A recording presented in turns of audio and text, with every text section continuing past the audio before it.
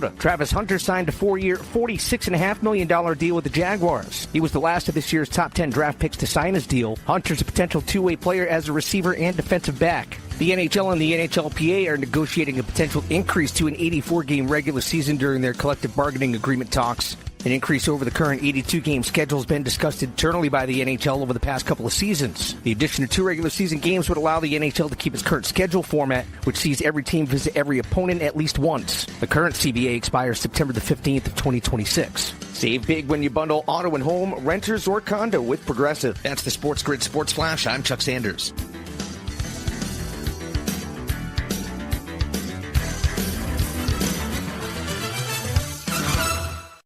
Have you heard?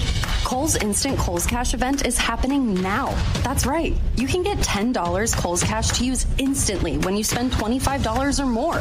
Get it today and spend it today on summer must-haves from your favorite brands. Yep, you definitely don't want to miss this. Get instant Kohl's Cash while you still can at Kohl's and Kohl's.com. Offers end June 29th. Some exclusions apply. Coupons and Kohl's Cash do not apply to Sephora at Kohl's. See store or Kohl's.com for details. If you need to hire, you know it takes time. Well, what if you could meet with qualified candidates the very next day? Now you can with Zip Intro from ZipRecruiter. You simply pick a time and it does all the work of finding and scheduling qualified candidates for you. Then you choose who you want to talk to and meet with great people on back-to-back video calls as soon as the next day. Try Zip Intro for free at ZipRecruiter.com/free. Zip Intro. Post jobs today. Talk to qualified candidates tomorrow. It's a sweet deal. All you gotta do is just listen and start winning. We can't make it any simpler. Yeah, we'd be lying if we told you we hadn't considered asking for a cut. Get the winning edge. This is the SportsGrid Radio Network.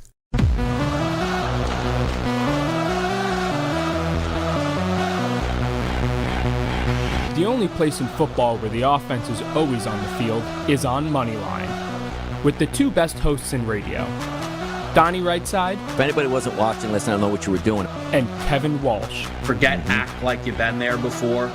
On the SportsGrid Radio Network, SiriusXM Channel 159. Oh, the best every day now is officially underway. It is Moneyline SportsGrid Network. Donnie Rightside, Kevin Walsh. The next hour, we got you covered all the hottest, latest topics, which includes the NBA Draft Day number 1. NBA Draft Day number 2 is today. Some shocking moves inside the top 10. Ace Bailey going to Utah to say in purgatory there. What was going on with picks 8 and 9? My goodness, Kevin, you were on boots on the ground last night for this one. Sure was. The Nets pick was bad. And then they just started doing a gimmick. So I don't really know what that was. I will say your tweet made me laugh on Ace Bailey. Yep. Because it was predetermined, unless he somehow went to the Sixers, that you were going to crush him.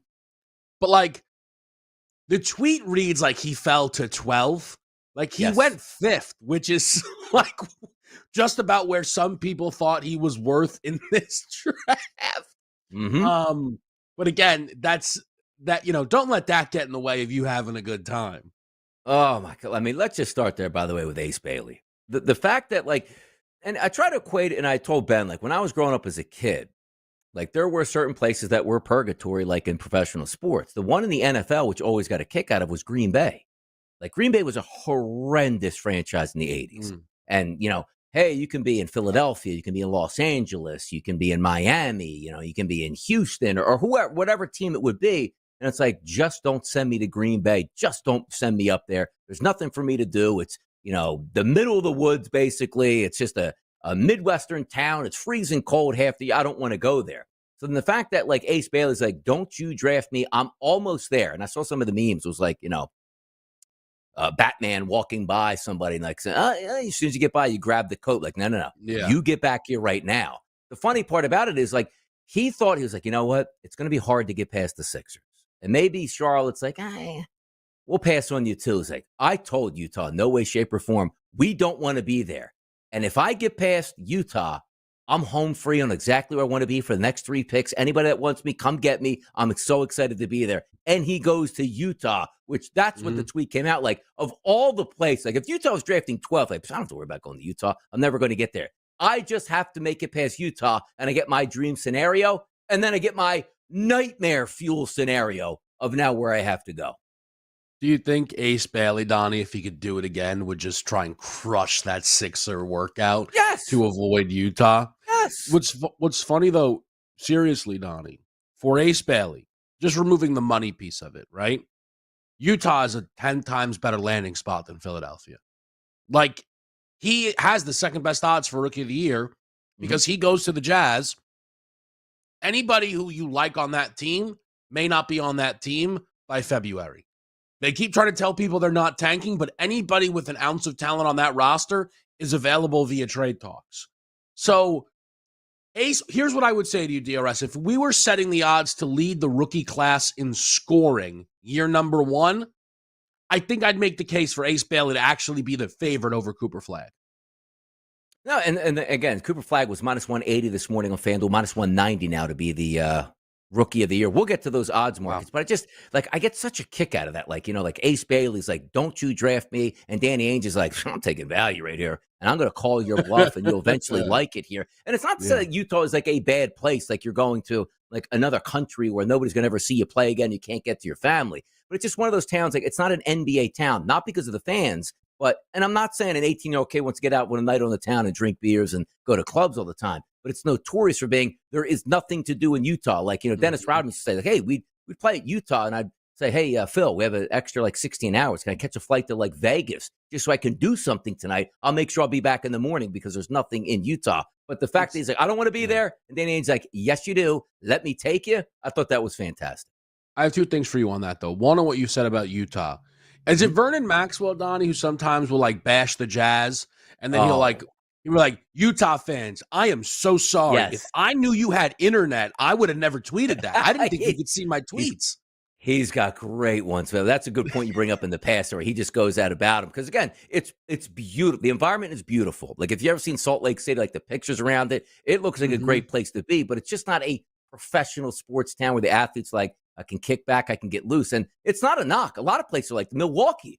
Damian Lillard's like, I wanted to go to Miami. I wound up in Milwaukee, and his famous tweet was, I go to practice, come home, and play video games. There's nothing for me to do in this city. Whereas, hey, if I was in Miami or L.A. or New York City, there's places to be, hubs, other superstars around me. You don't really get that in Salt Lake City. But let's take a look at the draft and how it played out, because I do want to start at 3, which Ace Bailey was a chance you could go. And I made sure, Kevin, because I was watching you guys last night on the network. You guys did a great job.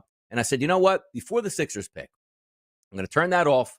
I'm just going to watch TV because I don't want to hear any commentary behind the scenes on, okay, we got big news. And I shut my internet down. I just wanted to watch the live feed on TV because I knew they were not going to break scenarios early. So I wanted to be in the moment. I didn't know. Was it going to be Edgecombe? We thought it would. The odds market always predicts it, and typically they're correct. And they were right there. But I wanted to see if they did say, you know what, subterfuge. We wanted to tell everybody we like VJ in case somebody wanted to trade for us, but we really like Ace Bailey at this point. They go VJ Edgecombe. Your thoughts when VJ Edgecombe was announced to the Philadelphia 76ers? I guess my first thought was, wow, though the odds movement was always correct. And I guess nobody blew Philly away via a trade. My thought to the Sixers basketball team is I think VJ Edgecombe is more likely to start than Jared McCain. And I think that is a compliment to Edgecombe, while maybe me knocking McCain a little bit. But VJ, I think, pairs really nicely, Donnie, next to Tyrese Maxey. The thing is, Quentin Grimes might start in front of both of those guys if he ends up back on Philadelphia with the season that he ended up having once he was traded from Dallas to the Sixers. Because I see the upside on VJ Edgecombe. And I say to myself, boy, this is really interesting because the Dwayne Wade comps, the Oladipo comps that they have, he's still young. And by the way, is this, Kevin, correct me if I'm wrong, the youngest first round that we've ever seen? Is that what it was, or lottery? What was the determination on that? You know what? That I didn't see that, Donnie, but it tracks because it feels like there were a few guys who they kept saying, this guy could have been in high school last year, Flagg and Fears. So that tracks, certainly. The one thing I always understand, too, is when you grow up, hey, the age groups are different and stuff like that. But the fact that Cooper Flagg was headed to Duke and he was 17 years old playing college basketball games and kicking ass, I said, it's amazing. And then you realize, Flagg goes to the Mavericks. And back in the day, Christian Laettner of Duke, who was a fellow Duke guy, 4 years all the way through, player of the years. polished, 22, 23 years old, then gets to the pros. All right, awesome.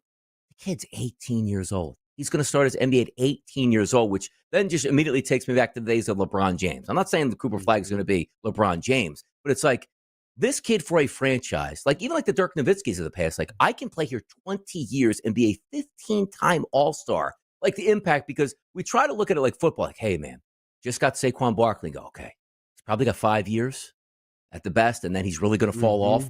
I'm not saying that he's going to, but just using that as a terminology of we have a superstar player in the NFL. How's it going to be? Like Flag could be 15 years in, Kevin, and be like, Kevin, he's in his prime still. Unbelievable, man. Unbelievable. No, to Donnie's point, I hadn't heard it framed this way. He is, I think, Donnie, 9 or 10 days older than LeBron when LeBron entered the NBA. Correct. That's outrageous. LeBron famously entered the NBA from high school. Like, Cooper Flag is 28 years old, young. Kevin, as a 10-year NBA vet. Like, he's just scratching the surface, people. Like, wait, he's scoring 25 a night, 11 rebounds. Yeah. And he's still in his prime. And also, the amount of money, based on where the NBA money scale is, 20-plus years of Cooper Flag, he is going to bankrupt the franchise by the time he's done. We'll be back with the Moneyline.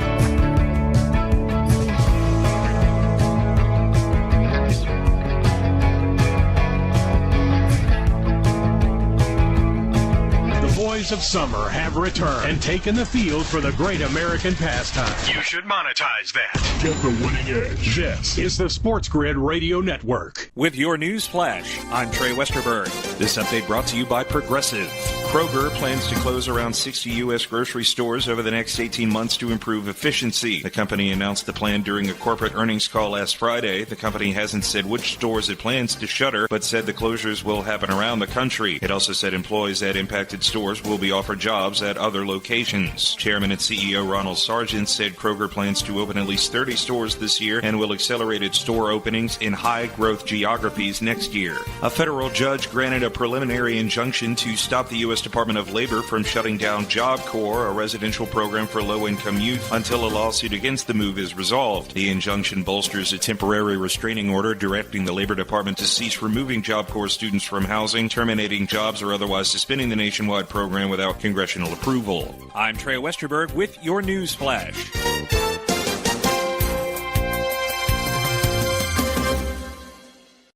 Have you heard? Kohl's Instant Kohl's Cash event is happening now. That's right. You can get $10 Kohl's Cash to use instantly when you spend $25 or more. Get it today and spend it today on summer must-haves from your favorite brands. Yep, you definitely don't want to miss this. Get instant Kohl's Cash while you still can at Kohl's and Kohl's.com. Offers end June 29th. Some exclusions apply. Coupons and Kohl's Cash do not apply to Sephora at Kohl's. See store or Kohl's.com for details. When you switch to Progressive and bundle your home and auto, you could save hundreds, and that's a surprising amount of money. Whoa, that's like farmer's market money.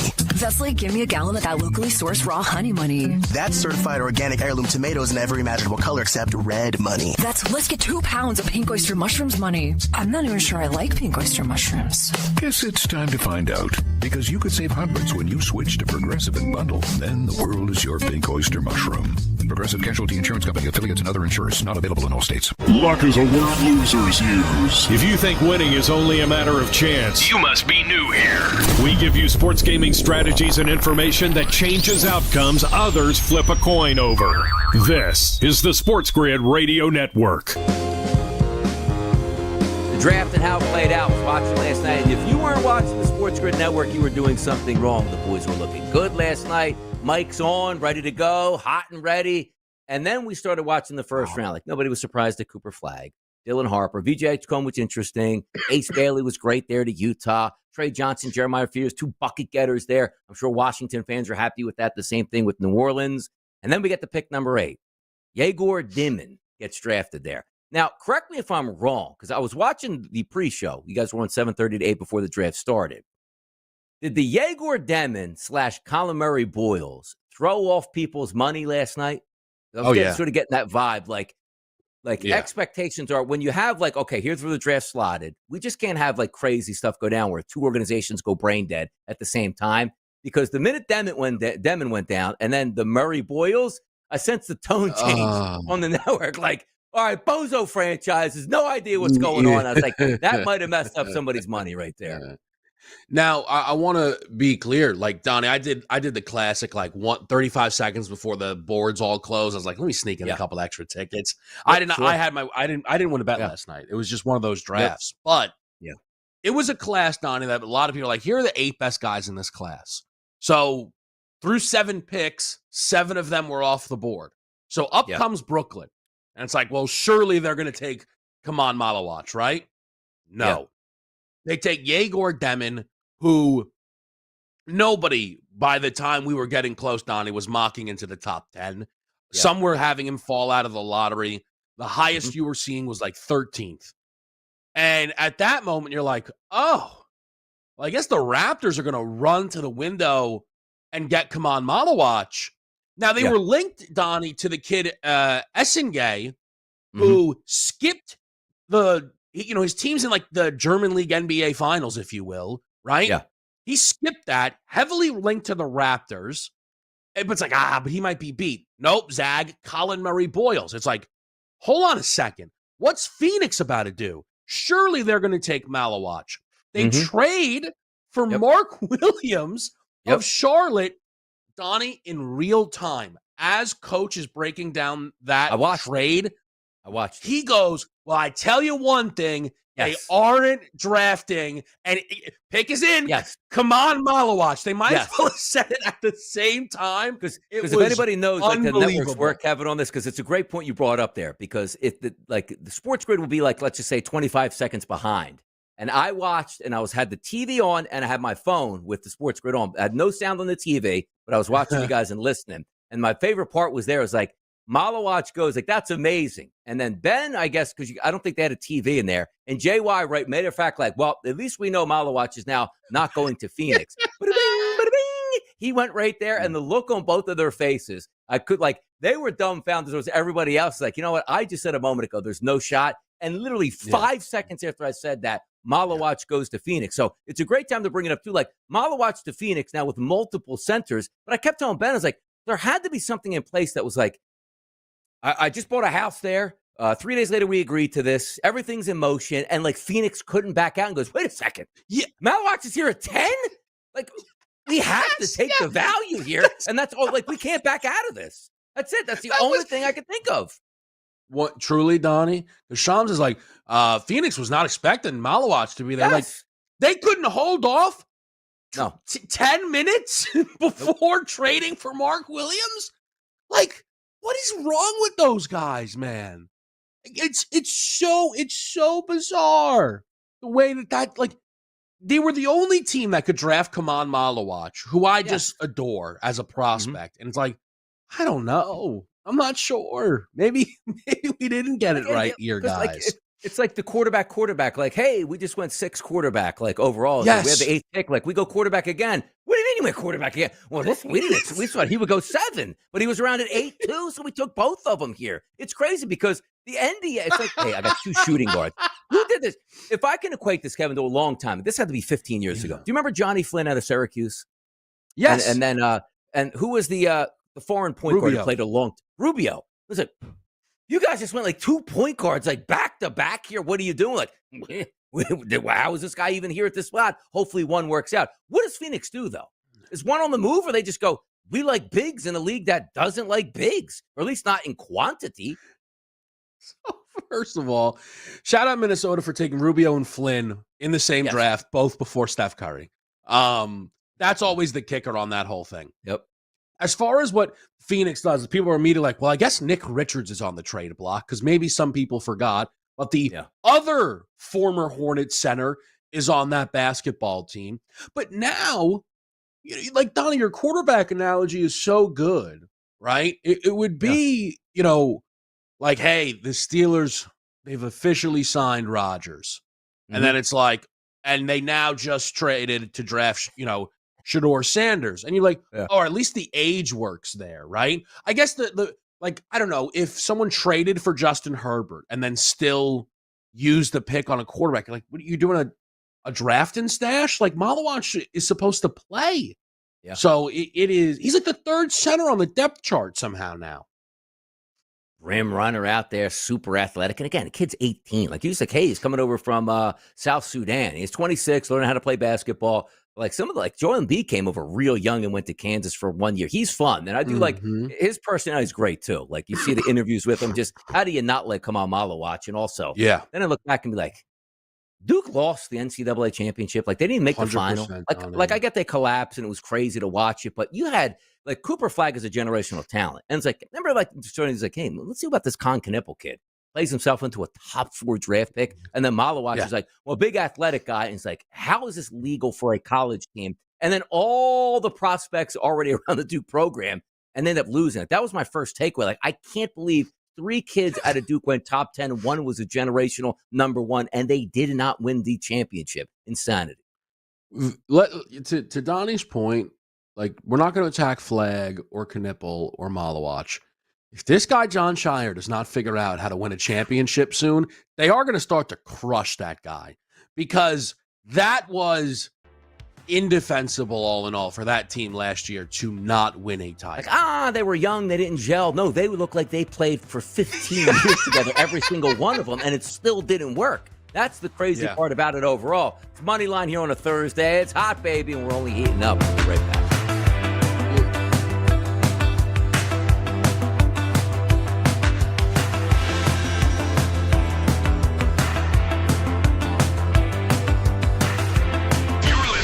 SportsGrid, stamping out the boredom in baseball year after year. We bring you all the angles, insights, and information you need. This is the SportsGrid Radio Network. The SportsGrid Radio Network presents This Date in Sports History. The 2003 NBA Draft. St. Vincent and St. Mary's small forward LeBron James is the first pick of the Cleveland Cavaliers. The Cleveland Cavaliers select LeBron James. LeBron has transformed and grown the game like no other player and is considered the greatest in NBA history. For SportsGrid Radio, I'm Mike DeMurgis. The Technology Minute with George Capalbo. To understand the consequences of technology advancing faster than human evolution, University of Texas researchers have created an electronic face tattoo, wirelessly monitoring brain waves and pupil dilation, detecting mental strain without bulky headgear. To understand the stress of workers in professions like truck driving or air traffic controllers, where mental lapses can have serious consequences. Ouch. The big question, does the tattoo come off? Why does it say lab specimen on your forehead? Follow me at Capalbo on X and stay tuned to the Technology Minute for more cool stuff like this. Sports Rage tonight. Evander Kane, he got traded hours ago. They had this big thing. Is he a cancer in the locker room? They've already judged that he's toxic. Connor McDavid loved him, so he had a divorce. Oh, God, he's toxic. He got divorced. Oh, my God. Yeah, he racked up a bunch of debt. He's a big gambler. Okay, plays blackjack. Who cares? He's a good hockey player. It's Sports Rage Tonight with Gabe Morency. Weekdays, 10 p.m. Eastern, 7 Pacific on the SportsGrid Radio Network. Have you noticed how hard it is these days to find something to believe? Nonsense is everywhere. But at SportsGrid, we put our mouth where your money is. Because if we're ever wrong, you wouldn't win. Get it? This is the SportsGrid Radio Network. We still got day 2 coming up. By the way, like, looking at the draft leagues here, because again, it's round number 1. There's a lot of names in there, and I thought this draft, like, so much better than last year's draft. Fun, players that you knew. Intrigue, who's going to go here? Ace Bailey drops to 5. The booing of the Brooklyn picks that they have, we'll get to those in a second here. The second round still has major college names here that can fill a roster out and sort of say, you know what? Who do we get in the second round? Oh, look at that, Ryan Kalkbrenner. I heard that name for. Maybe he can fit in as a big man on our team. Yeah. We'll get to that, like, best on the board in just a few moments. But I do think it's interesting in a, sort of era in the NBA where it's like, unless you are picking top 7, your pick doesn't mean jack in the grand scheme of things. And typically I'm bringing up here, and for the Brooklyn Nets, an organization that we're known of, like, the past, like just the way they operate now, where draft picks get thrown around like potato chips. It's like, wait a second, Brooklyn's got 5 round 1 picks. They're trying to rebuild. So they go, theoretically, in the NFL, it's like, oh my God, we got, 7, 9, 14, 18. 12. We might have the best football team on the planet in 5 years. We love this first round picks. But now you see Brooklyn, which most teams are like, okay, we'll pick our top 10 pick. We'll trade 2 of those for unprotected picks 4 years down the line on a team we actually think is going to stink, and that's going to turn into an absolute gold mine for us. Or we'll take the first pick here, which Demon, we love him. We think he's the greatest thing since sliced bread. But those other 4 picks, watch this. 2 picks traded for a legitimate player. Another 2 picks traded for a legitimate player. Hey, look at that. We got a young kid at 8. We got 2 really good players that can fill our starting lineup in. Our fans are going to be excited. And instead, the boos got louder by every pick. Mm-hmm. And most people analyzing, Kevin, that I'm listening to, nobody in their wildest dreams thought that 5 first-round draft picks would come to Brooklyn. And then again, it's not the NFL. It's 5 first-round picks. That's a gold mine. Anything outside of the lottery doesn't mean all that much. What did you think about the Nets? And is this their finished product? Hey, we took a lot of guys. We'll see if it works out and see in 3 years. What was the game plan? Yeah, the Nets made history, Donnie. No one's ever drafted 5 guys in the first round before. The Nets were also rumored to be interested in trading up, right? So that was a team, Donnie, that with all those picks and with their desires, not trading up, I don't really understand how that could end up possible, because Philly was reported to be. Yes. Because that's the thing. Donnie, just lose the deal. Give up 4 first-rounders, including the 8th pick, for 1. And I think Philly or Charlotte or Utah would have considered that move. And if Brooklyn, Donnie, left this draft with, let's go low end, Con Knippel and Danny Wolf, I think people would be a lot more excited than the 5 total players they ended up drafting. It's just totally bizarre. And now you get this situation, by the way, because they drafted 5 guys in the first round, there's, some of the, I guess they're going to have to trade Cam Johnson, Nick Claxton, Cam Thomas. And you're now hurting your value because these guys, you can't roster 18, 19 guys. Let's just say, again, let's take it even to the extreme. We used all 5 first-round picks to trade up to 3, and Ace Bailey definitely wanted to come here, and we were going to build off Ace Bailey. Got Ace Bailey. Because if you just roll reverse and say, the Nets didn't have any picks at all. Hey, we got the 3 spot, and it's Ace Bailey. Oh, my God, what the greatest draft we've ever had. Well, what if you just turn the 5 into Ace Bailey, and he turns out to be a 5, I'm going to say, say plays for 15 years, a 5-time All-Star. Way better than probably what you're getting in the return of 5 first-round picks and most at the end of the first round. Because, most of us can't wrap our brain. Wait a second, the NFL, if I had the 3rd pick, I'm not giving you my 5 first-round picks for the 3rd overall pick. But in the NBA, you do that. Because, again, every trade comes down, makes it much more affordable by going they gave up how many first-round picks for Mikal Bridges? That's just the way the NBA works now. You want to get a known commodity that you think can be an impact player for, let's just say, a decade, you give up 4 first-round picks for that guy. It's just a totally bizarre approach from and I think what's even to be clear, it would have been bizarre if they drafted 5 guys and we liked all 5 of their decisions. Yeah. The fact that they drafted 5 guys, Donnie, and the first pick of the night to get crushed was their selection at 8. Then they went and made the pick for Traore at 19. And people were like, I thought you kind of just did the point guard thing. I like the Drake Powell pick. They probably could have got him later, but I did like the player. Then they draft Sarif, and it's you're just drafting the same guy. And everyone's they took 3 point guards. The whole selling point, Donnie, on Danny Wolf is he's a 7-foot point guard. Yeah, I want to talk about pick, but we're going to come back from the break here. We'll talk some Major League Baseball, other hot topics around there, but I got to talk about pick number 9. I got to talk about pick number 9 and also some of the looks on these kids' faces where they went. Good stuff. That is.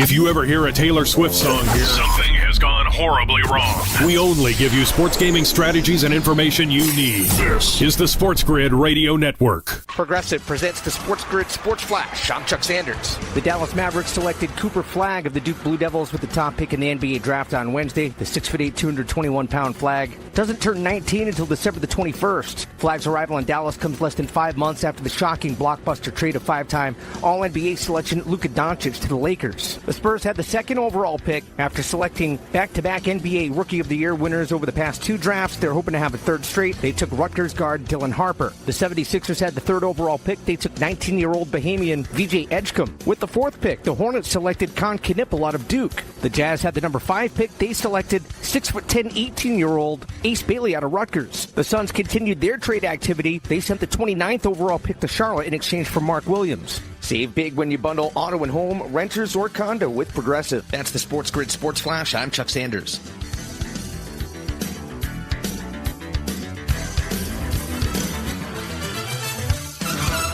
Find what you love, love what you find. A total wine and more. There's so much waiting for you. Spirits and beer, thousands of wines. Walk right through the door. It's all here to explore. With guides in the know and prices so low, it just might blow your mind. You're gonna find what you love and love what you find. Drink responsibly, B21. Now at Verizon, we have some big news for your peace of mind. For all our customers, existing and new, we're locking in low prices for 3 years guaranteed on My Plan and My Home. That's future you peace of mind. And everyone can save on a brand new phone on My Plan when you trade in any phone from one of our top brands. That's new phone peace of mind. Because at Verizon, whether you're already a customer or you're just joining us, we got you. Visit Verizon today. Price guarantee applies to then current base monthly rate. Additional terms and conditions apply for all offers. Let's keep it real. Baseball can be boring. That's where SportsGrid comes in. Nothing livens up those 9 innings like sports gaming. You might experience something you've never felt in a baseball game, a quickened pulse. This is the SportsGrid Radio Network. Faces on these kids sometimes where they go, Kevin, makes me laugh just a little bit. It does. It really does. And by the way, let's start here. Number 9th pick was Colin Murray Boyles, South Carolina, power forward. Did you like that pick? Because a lot of people are like, he's a good player, but I don't know what he's doing here. And I thought they needed a big. Like, what was your thought process on that 9th overall pick? So I really like Colin Murray Boyles, Donnie. I actually thought he was one of the 8 best players in the draft. Yeah. The fit in Toronto is a little weird because it's just a group that like has like some size, but like at the wrong positions. And the shooting feels questionable for all of their favorite players. So it's one of those weird things. Like, I can't like Colin Murray Boyles as much as I do and dislike the pick.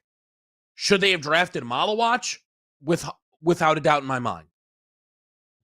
Now, let's get to the good stuff here because Colin Murray Boyles, he gets drafted and he seemed like look down and take the deep breath. So immediately us internet sleuths like, the guy's like, I got to play in another country at this point, but I don't even really care about that because if I was, you want to go to a city that's like, hey, it's like you're actually going to another country and that's where you're going to be living theoretically for the next decade of your life. I don't know if it's a bad thing that you're in Toronto or not, but the fact that like everybody's like, all right, what's going on here? Who's he with over there? Who's dressed in a 9s in a red dress? Oh, it's Chloe Kitt. So right away, nobody really cares about Colin Murray Boyles. And by the way, I had no idea who that guy was, but I'll tell you here as a clue.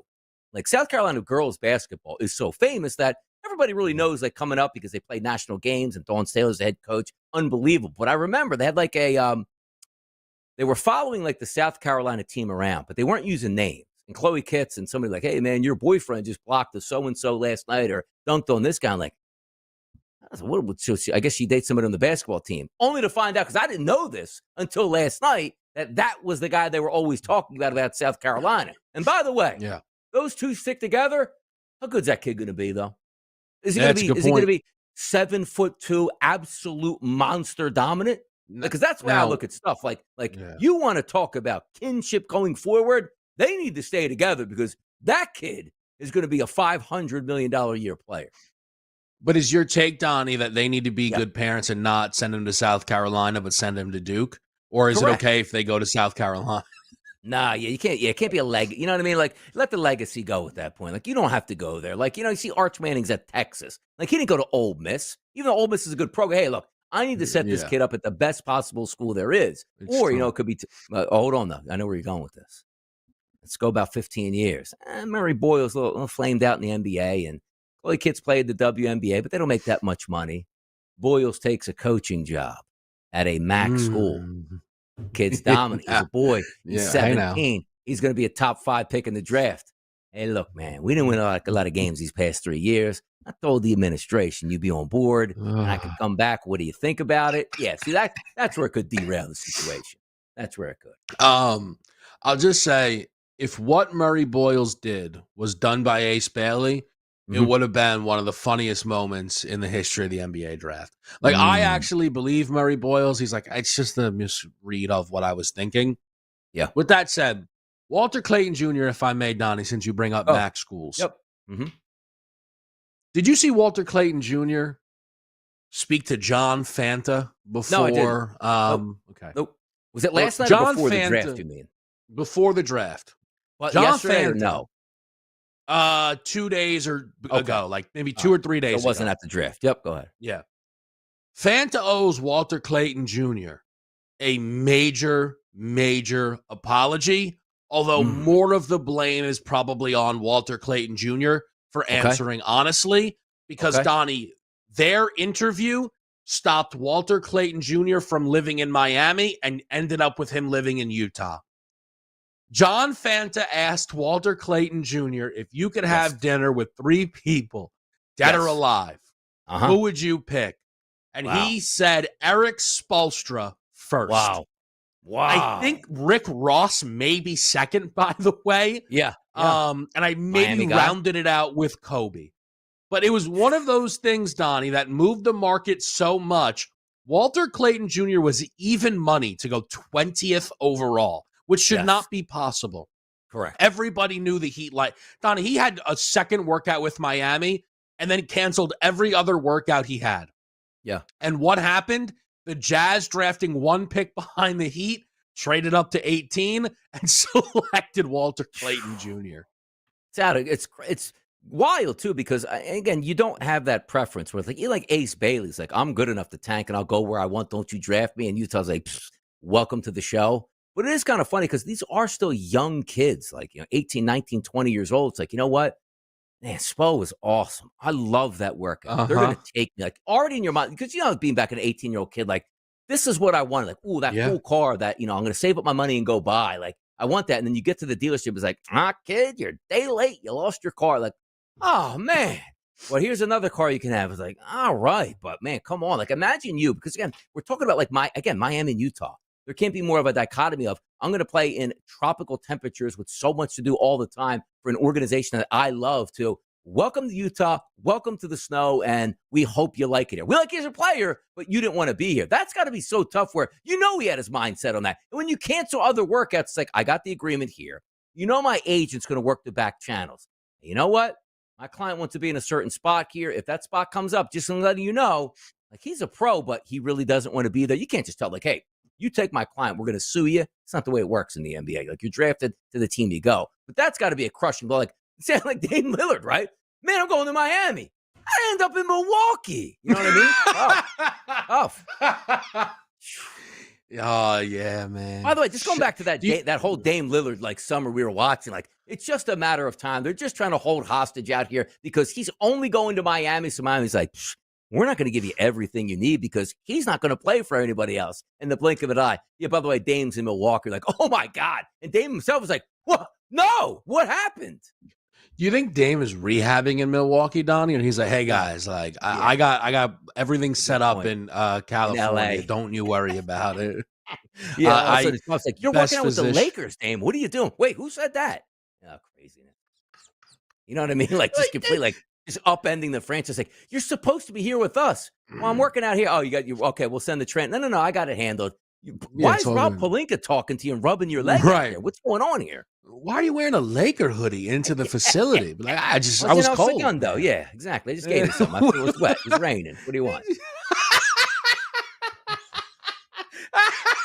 Yep. Oh my goodness, man! Hey, thing, we just saw a Gatorade commercial. They put you in a Lakers uniform on an NBA-sponsored Gatorade commercial. What? How did that happen here? Meanwhile, DRS, you got all these knucklehead draft decisions and whatnot, and the Heat then ended up sitting there at 20 and drafting a guy that a lot of people thought belonged inside the top 12 easily in the Illinois kid.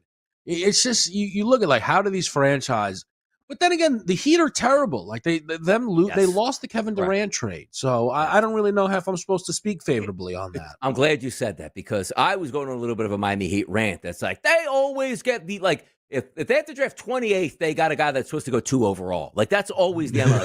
Only the Heat could do it. What do you mean only he could do it? They didn't even move or trade up. They just stayed there in the spot and got a guy. Like, do you remember, like, they got Jaime Jaquez, like, polished, ready to go. And right off the bat, I was like, yo, Jaquez is good. And then I just see, like, DNPs by the end of the season. Like, oh, well, let's bring that up. And that didn't work out. Or man, Jimmy Butler is Miami through and through. And he's like, this place sucks. It's like, well, wait. What is the Heat culture now? We stink and Spoelstra's a great, like Spoelstra's the best coach in the NBA. Based on what at this point now? What is the culture of the Heat?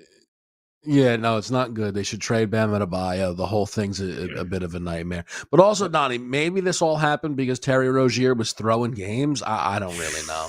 My goodness. I don't really know. Did it go back to LeBron? Who did LeBron? Was it Napier? Like, who did LeBron? Like, we got to get this. Oh, that was the best. All right, I'm out of here, guys. Man. Enjoy Napier. Yeah. Peace. He cultured this now at this point right now. It's the way it goes down. It's a Thursday. We are in the month of June. Next week's July in football. Yeah, it is.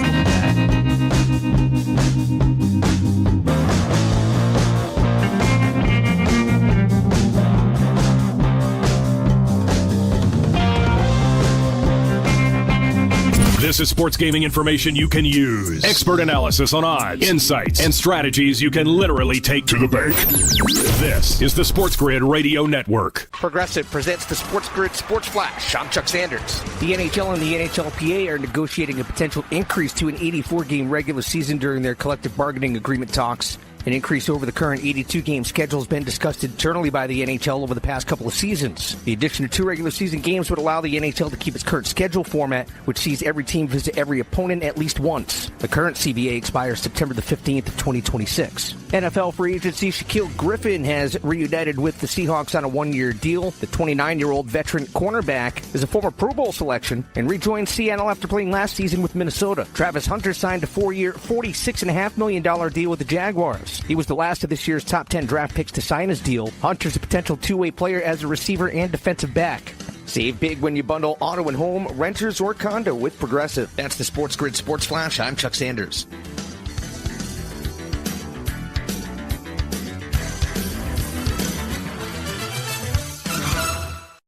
What's the one sale you can't miss? It's the Macy's One Day Sale. Come into Macy's and find the best prices of the month on thousands of incredible summer deals. From Levi's shorts for just $29.99 to guys fresh Alfani sneakers for the same price. From microfiber sheet sets $9.99 to $19.99 to over half off a 2-carat total weight diamond bridal set ring. Half off. It's a day unlike any other day. The Macy's One Day Sale tomorrow. Savings off already reduced prices. Exclusions apply.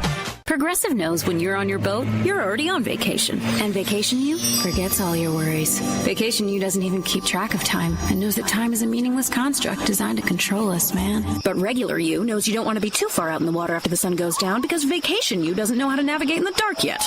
Vacation You and Regular You really need to get on the same page. So bundle your boat with your home or auto policy and earn an automatic discount from Progressive. And spend the savings on the both of you. Progressive Casualty Insurance Company affiliates and other insurers. Not available in all states or situations.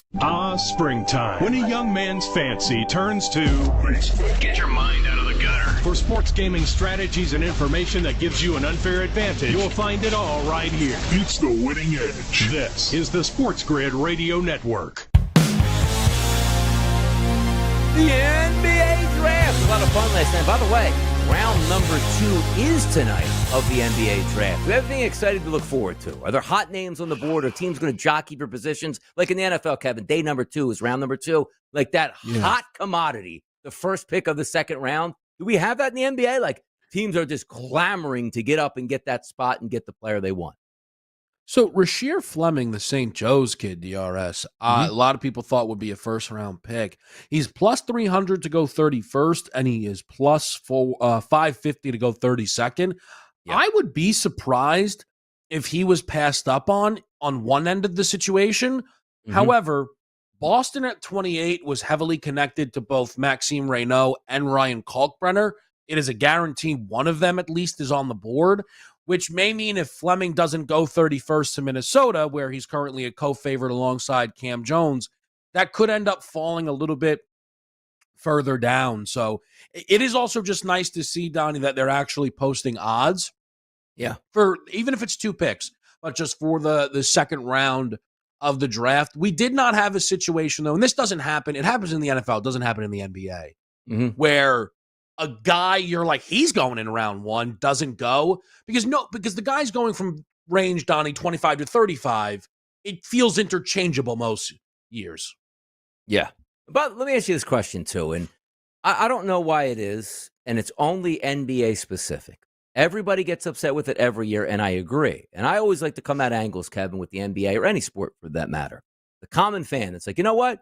I'm not a diehard NBA fan because I'm not. I'm more of a Sixers fan, but I like the NBA. I like big moments. I like sports. I like to watch it happen in front of me.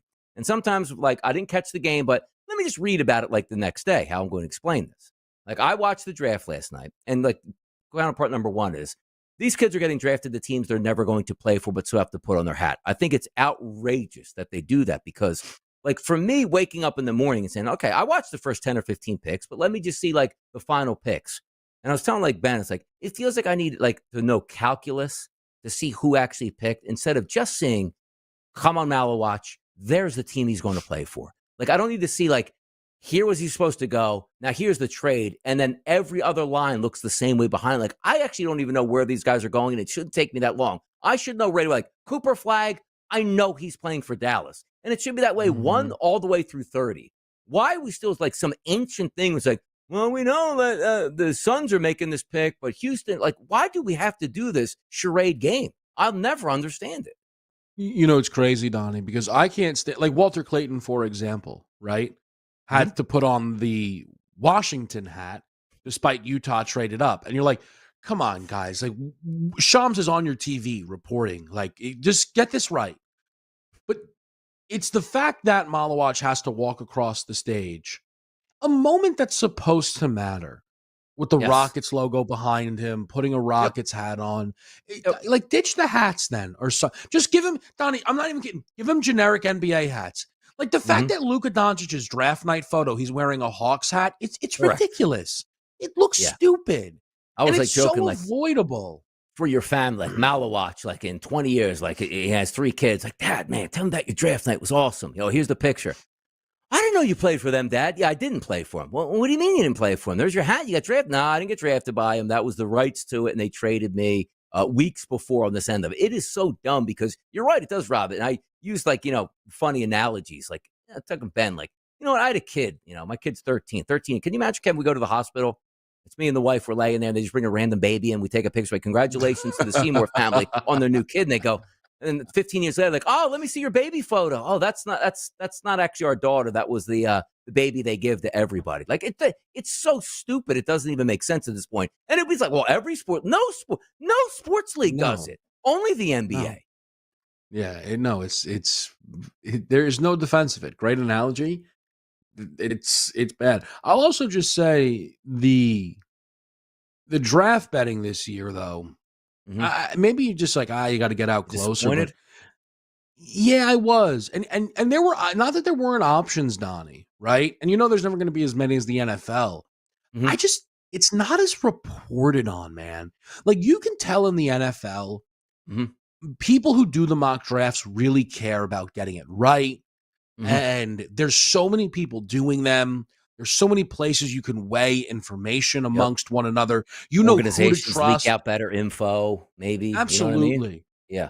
The NBA, it's like, okay, we know, like, Cooper's going 1. It's like, thanks. Dylan's going 2.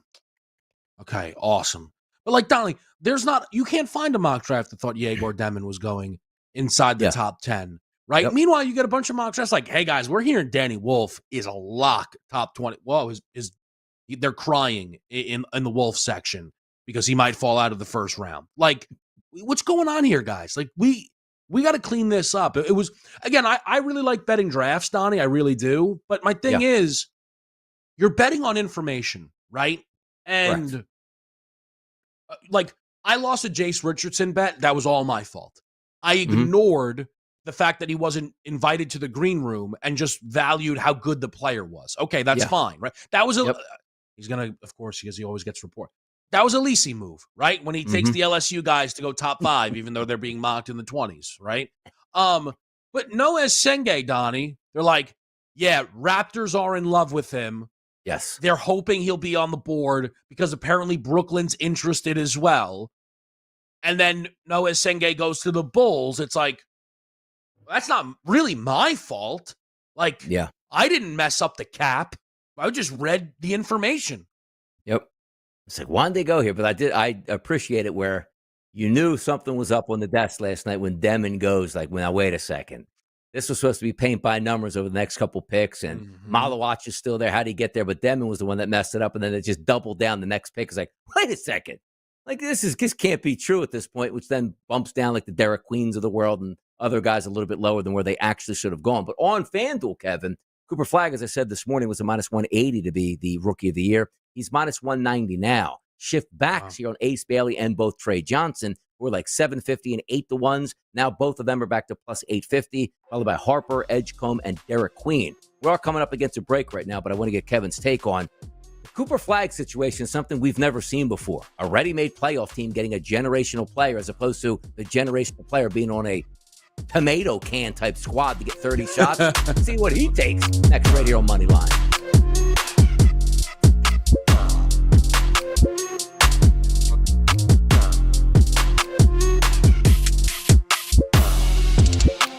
We don't care what your high school girlfriend told you. You are a winner. Or at least you will be if you keep it here. This is the SportsGrid Radio Network. The new SportsGrid app is now available on iOS and the App Store. Experience the ultimate sports betting companion that provides personalized content from your favorite hosts. In-depth matchup previews, game and prop picks, live odds, stats, scores, and more. All in one place. And of course, on the SportsGrid app, you can tune into our live television and radio coverage anytime. On the go, wherever you are. Download the SportsGrid app on the iOS App Store now. It's smarter to be on SportsGrid. For anyone who's worried about back taxes, has not filed tax returns, and doesn't know what to do next, stop and listen. Not filing your taxes can have severe consequences, especially in this political climate. Now that COVID is over, the IRS is getting aggressive, massively increasing enforcement and collection efforts. With politicians making all sorts of promises, especially when it comes to taxes, hiding and not dealing with your taxes will cause you harsh legal and financial ramifications. But right now, the IRS offers forgiveness and writes off a massive amount of tax debt. The Tax Doctor offers a free service that helps people get out of IRS collections and back in good standing with the government. Don't hide or bury your head in the sand. Take advantage of our free service. Call now to learn more. 800-816-4492. 800-816-4492. 800-816-4492. That's 800-816-4492. Carver and Lisi. We talk about risk-reward. All these athletes, there's risk involved. Either you take that risk or you can work another job. Nobody's forcing these guys to play sports. You play football, that's it. You sell yourself. Worry about the broken collarbone later. Otherwise, don't play professional sports. It's Carver and Lisi with Mike Carver and Joe Lisi. Weekdays, 8 p.m. Eastern, 5 Pacific on the SportsGrid Radio Network. You're listening to SportsGrid, doing our part to spread the winning edge nationwide. Terrestrial, internet, TV, satellite, and our mobile app. Face it, you're one of us. One of us. This is the SportsGrid Radio Network. Been a lot of games, Kevin, by the way, in the afternoon Major League Baseball. 3 games start at 1 o'clock, 3 games start at 2 o'clock, 2 games at 3 o'clock. And how about only 1 night game tonight in Major League Baseball? That's Atlanta and New York tonight at 7:10. an interesting setup here. How about that on a Thursday? All afternoon, basically, with no, you usually get that, hey, 2 games at night, one at 6 and then one at night, like in Sacramento or something. 7:10 is the latest ball game tonight, Major League Baseball. How about that? Yeah, it's an important game, though, probably, Donnie, right? Mets could really use the momentum from last night's victory to carry over. It's been a tough June for that baseball team.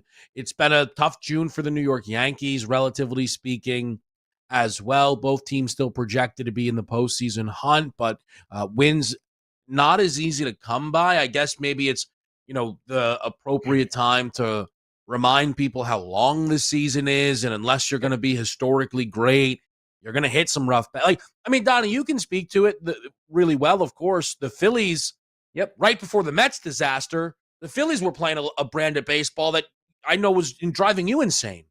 Yep, they went on that like, hey, let's lose 9 in a row, let's win 9 in a row. It felt like now they're back. They didn't even score a run the past 2 games in Houston. They might not even score again against Hunter Brown today, and they'll probably take another loss. But that's baseball, man. You run in ebbs and flows. You just try to hang around the chicken coop, so to speak, which also, it's interesting, too, the odds market. Like Aaron Judge now down to a minus 950, or he was minus 20,000 last week because Cal Raleigh continues to play well. And I started to look at that and say, you know what?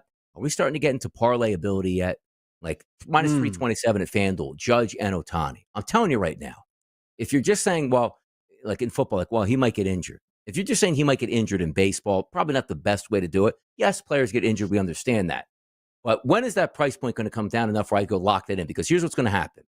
Aaron Judge at minus 950, which is still a high number for me compared to Cal Raleigh. I do think he still wins it, but I don't know if that number is going to come down a little bit more as maybe it should, because the minus 20,000 was ridiculous. The reason I bring that up is, how long do you wait on a parlay, which is minus 327, which I said is high, but both of those guys are winning it by injury. And if you wait, does Judge hit a home run tonight and go up minus 1,100 again or 1,200? And then like Ohtani, I'm sorry, people.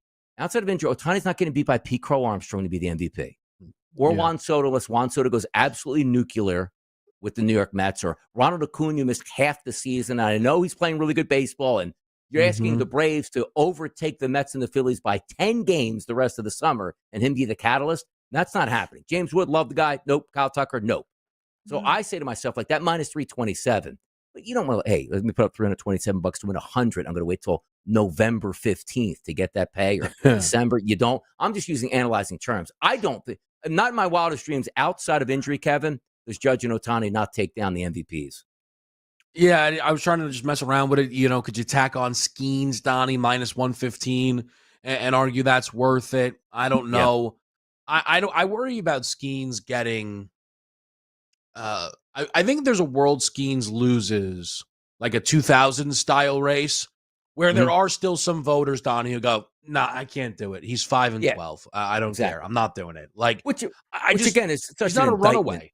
No, he's not a runaway here. And again, pitchers more like the hitters, they tend to get, but when a pitcher gets injured, it's like, okay, I'm missing an entire month of starts. Like, well, he can't win it now. Do you remember when we was like, DeGrom could get hurt in July and still win the, Cy Young, and he fell off like a rock 3 weeks later. Like, it would, like, he wasn't even on the odds board. It's like, man, he was having one of the best seasons of all time. Don't we just extrapolate, like, okay, here's where he was in August. Here's where he should have been. Like, no, the voters don't care about that. How many strikeouts, how many wins, how many F4s are you worth at this point? Because you got to be playing and pitching in order to do that. But like Pittsburgh, you theoretically have the best pitcher in the National League, and Paul Skeens just dropped to 4 and like 7. It's you're not supposed to be the best at your position and have a team that's so bad behind you, and then say, well, what are we doing with Skeens? Well, we're just going to waste him for 5 or 6 years. Then his arbitration's up, and we have to trade him.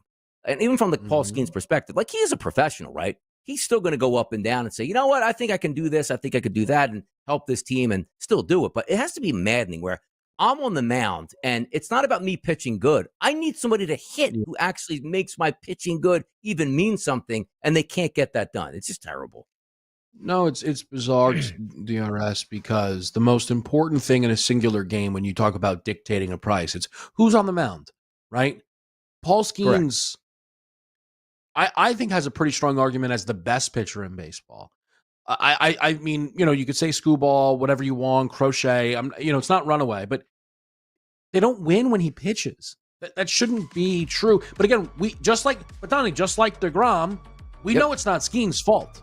Nope. Not Skeen's fault. Move him over to the Yankees. They could use him this year. Him and Max Fried, the best 1-2 punch in the history of Major League Baseball. Could it be? Shout out Max Fried, by the way, dominating in New York. For JP behind the wheels of steel, Donnie Rightside, and Kevin Walsh. We'll be back on Friday for Moneyline.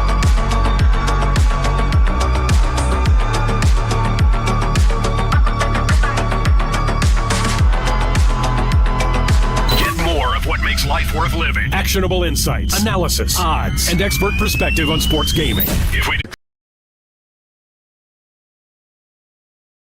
had the second overall pick after selecting back-to-back NBA Rookie of the Year winners over the past two drafts. They're hoping to have a third straight. They took Rutgers guard Dylan Harper. The 76ers had the third overall pick. They took 19-year-old Bahamian VJ Edgecombe. With the fourth pick, the Hornets selected Con Knipple out of Duke. The Jazz had the number 5 pick. They selected 6'10", 18-year-old Ace Bailey out of Rutgers. The Suns continued their trade activity. They sent the 29th overall pick to Charlotte in exchange for Mark Williams. Save big when you bundle auto and home, renters, or condo with Progressive. That's the Sports Grid Sports Flash. I'm Chuck Sanders.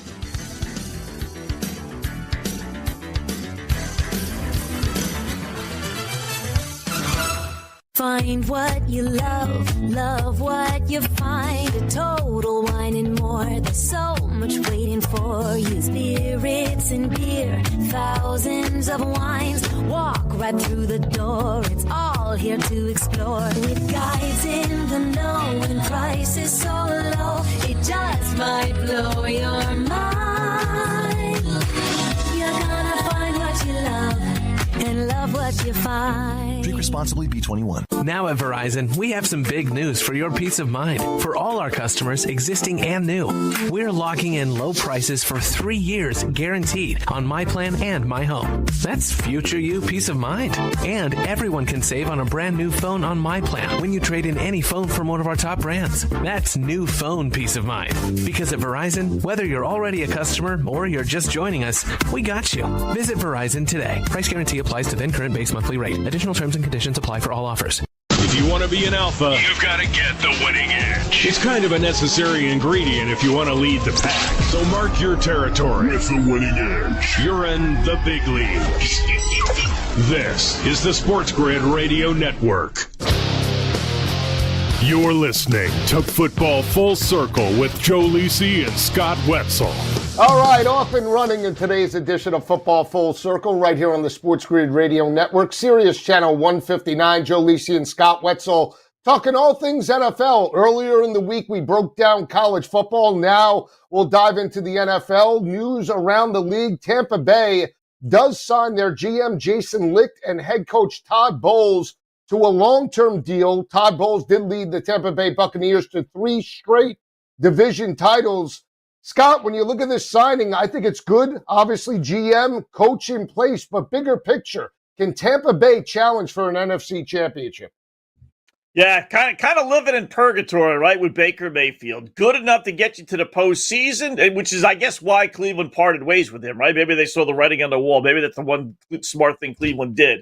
But they had him, and they cast him aside. Tampa Bay picks him up. They brought him to the playoffs. And really, Joe, remember 2 years ago, they were a drive away from beating the Detroit Lions. They had the ball down less than a touchdown, and then Baker threw the interception, and that was the end of that. But, they've been on the cusp, but somehow or another, we don't think, I don't think Baker's ever going to really get to a Super Bowl and get at that level. But, you're the NFL, and I've had this argument with people. I don't think NFL owners, for the most part, want to win a Super Bowl. What they want to do is they want to be competitive. They want to be able to sell tickets. They want to be able to sell hope. Am I going to go the extra mile and sign guys? And you could circumvent the salary cap very easily in the NFL, in most sports, right? You just make it signing bonuses. You defer it. You do this. You do that. You give them 10-year contracts when they're only going to be there for 3 years, so you can spread it out. Are they ever going to take that next step with Baker specifically? I don't think so. But they're still the best team in the division. So I never thought, 8 years ago, 7 years, whatever it was, that Todd Bowles was head coach of the Jets, that we'd be sitting here now and we'd be singing his praises. I'll tell you that. But he's done a decent job, and so is Baker, right? I got to admit that. I will say that, and that's where I'll lead off with Todd Bowles. When he was with the New York Jets, he looked like a fish out of water, wasn't very good with the media, and obviously as a defensive coordinator led Tampa Bay to the dominating win over Pat Mahomes in Kansas City. with Bruce Arians as coach, right? But he's sort of been that, I want to say, CEO type of coach, right? He concentrates on the defense. He has led both offensive coordinators, Dave Canales a couple of years ago and last year with Liam Cohen, take care of the offense. And this team has succeeded, and you can't take it away from them. Even though it's a mediocre division in terms of the NFC South, Tampa Bay has dominated. Even with injuries, they still found a way last year to get there and make it to the playoffs. And that's all you can answer and ask for as an organization. Be competitive, have an opportunity to make the championship game, and Baker gives them that chance. They've added wide receiver talent alongside Mike Evans and Chris Godwin. McMillan was a standout towards the end of the regular season. They add more depth to the wide receiver position this offseason. And when you look at their prices, Scotty, just overall, not bad. I mean, if we're talking Flyers to potentially win and just make the playoffs, right? For Tampa Bay to make the playoffs this year, minus 154, right? Not a bad price considering the Rams, Detroit, San Francisco all have better prices alongside the Philadelphia Eagles. And if you're looking at Super Bowl odds, if we're talking Baker, right, you're just looking at them. They are right now on FanDuel updated 28-1 on FanDuel to win a Super Bowl, right? Behind Denver, behind the Chargers, behind Houston, behind Minnesota that has quarterback question mark. So from that perspective, it's not bad in terms of a lottery ticket to get a veteran quarterback in Baker Mayfield and take a team that's won the Division 3 straight seasons. 28-1 isn't bad odds. Yeah, even 13-1 to win the NFC. And, not only have they just made the playoffs, so they've won some games, like we talked about. We beat Philadelphia 2 years ago. So it's not just, okay, show up, you're a product of winning the NFC South, which is awful, and then get knocked out in the first round. They've actually, been competitive in the postseason. So it's not a bad flyer. I think they're a product that number of to make the playoffs at minus 150 and change that you spoke of. That's a product of being in a bad division, so they might not win as a wild card, but chances are, if they get in, they're going to win, via the winning the division. So they're not bad. They really are, and they got a lot of guys still on that team that won Super Bowl, some of the key players anyway, as far as their wide receivers are concerned. So the NFC is tough this year. I don't really think they would be able to do it, but, got a decent running back, right, in Irving. They got the wide receivers, right. Quarterback who's shown that they can make some plays. And you got a head coach who's thinking defense. So it's not a bad, outside flyer team. You're right. Well, think of this, too, and when you talk about Bucky Irvin and Rashad Wright in terms of the rushing attack. 2 years ago, Scott, they were dead last or one of the bottom of the NFL, only averaging 189 rushing yards per game. Last year with Liam Cohen and the emergence of Bucky Irving, they were in the area of about 138 rushing yards per game. When you have offensive balance, that takes the pressure off the offensive line and the quarterback in particular. And Baker, all he does is win. You can knock him all you want. He did win a playoff game in Cleveland against Ben Roethlisberger in Pittsburgh, went toe-to-toe with Pat Mahomes that year, got hurt, then moves on to Carolina, didn't work out, obviously, in that situation with Matt Rule, went to Sean McVay in L.A., won a marquee game on primetime and in terms of miraculous fashion over the Las Vegas Raiders, and then really found his home in Tampa Bay. And they signed him to a $30 million per year deal. And all he does is win and perform. When you look at the other quarterbacks in the NFL, I'll throw Daniel Jones out. He might be the starter in Indianapolis, but he's getting $40 million. Sam Darnold's getting $46 million. Baker on the cheap at $30 for Tampa Bay makes sense. And he's competitive. So let me ask you this. In terms of second career coaches, meaning they've had a 1 year stint or 1 or 2 seasons or multiple seasons with one organization, like Dan Quinn, and he comes back to Washington, and then Todd Bowles with the New York Jets and now with Tampa. Do you feel equal, or do you give the edge to Dan Quinn as a head coach over Todd Bowles? I'm not a huge fan of either, to tell you the truth. I think Dan Quinn's a little overrated. He's the same guy that still oversaw blowing that lead against the Patriots, right? I'll never forgive him for that. So I guess you got to go with Todd Bowles, man. I just wish he had some more expression. I mean, just whenever they show him on the sidelines, he's just got that blank stare, just like what am I doing here? I'm really a head coach. Give me something on the sidelines, and I get more confidence in him. But ultimately, I'll take Bowles. I guess I'll go there. You look at Tampa Bay's schedule, and obviously they play in the NFC South, so relatively it's going to be easy. But they got Philadelphia, but at home. They got Detroit. They got Buffalo on the road. It's not an easy schedule. They got Houston on the road as well. For being in the NFC South, you think it would be a little bit easier. San Francisco, it's actually a halfway decent schedule as far as toughness is concerned.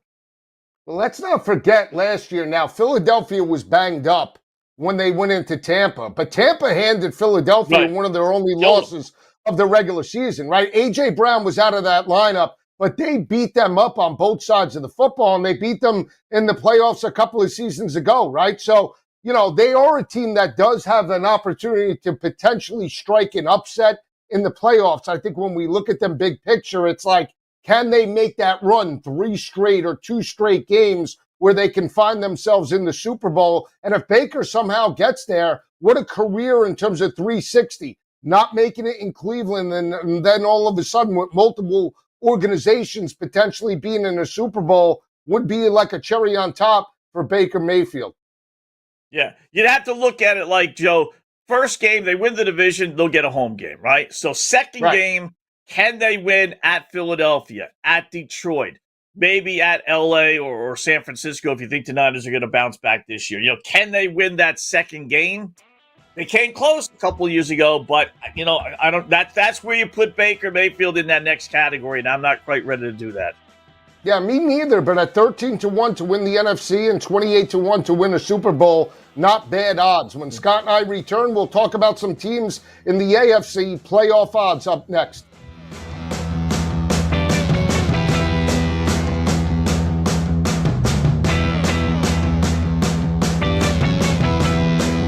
Out of 5 scientists agree it's smarter to be on SportsGrid, and we're pretty sure that one scientist is still a virgin. He just gives that 5. This is the SportsGrid Radio Network. With your news flash, I'm Trey Westerberg. This update brought to you by Progressive. Kroger plans to close around 60 U.S. grocery stores over the next 18 months to improve efficiency. The company announced the plan during a corporate earnings call last Friday. The company hasn't said which stores it plans to shutter, but said the closures will happen around the country. It also said employees at impacted stores will be offered jobs at other locations. Chairman and CEO Ronald Sargent said Kroger plans to open at least 30 stores this year and will accelerate its store openings in high-growth geographies next year. A federal judge granted a preliminary injunction to stop the U.S. Department of Labor from shutting down Job Corps, a residential program for low-income youth, until a lawsuit against the move is resolved. The injunction bolsters a temporary restraining order directing the Labor Department to cease removing Job Corps students from housing, terminating jobs, or otherwise suspending the nationwide program without congressional approval. I'm Trey Westerberg with your news flash.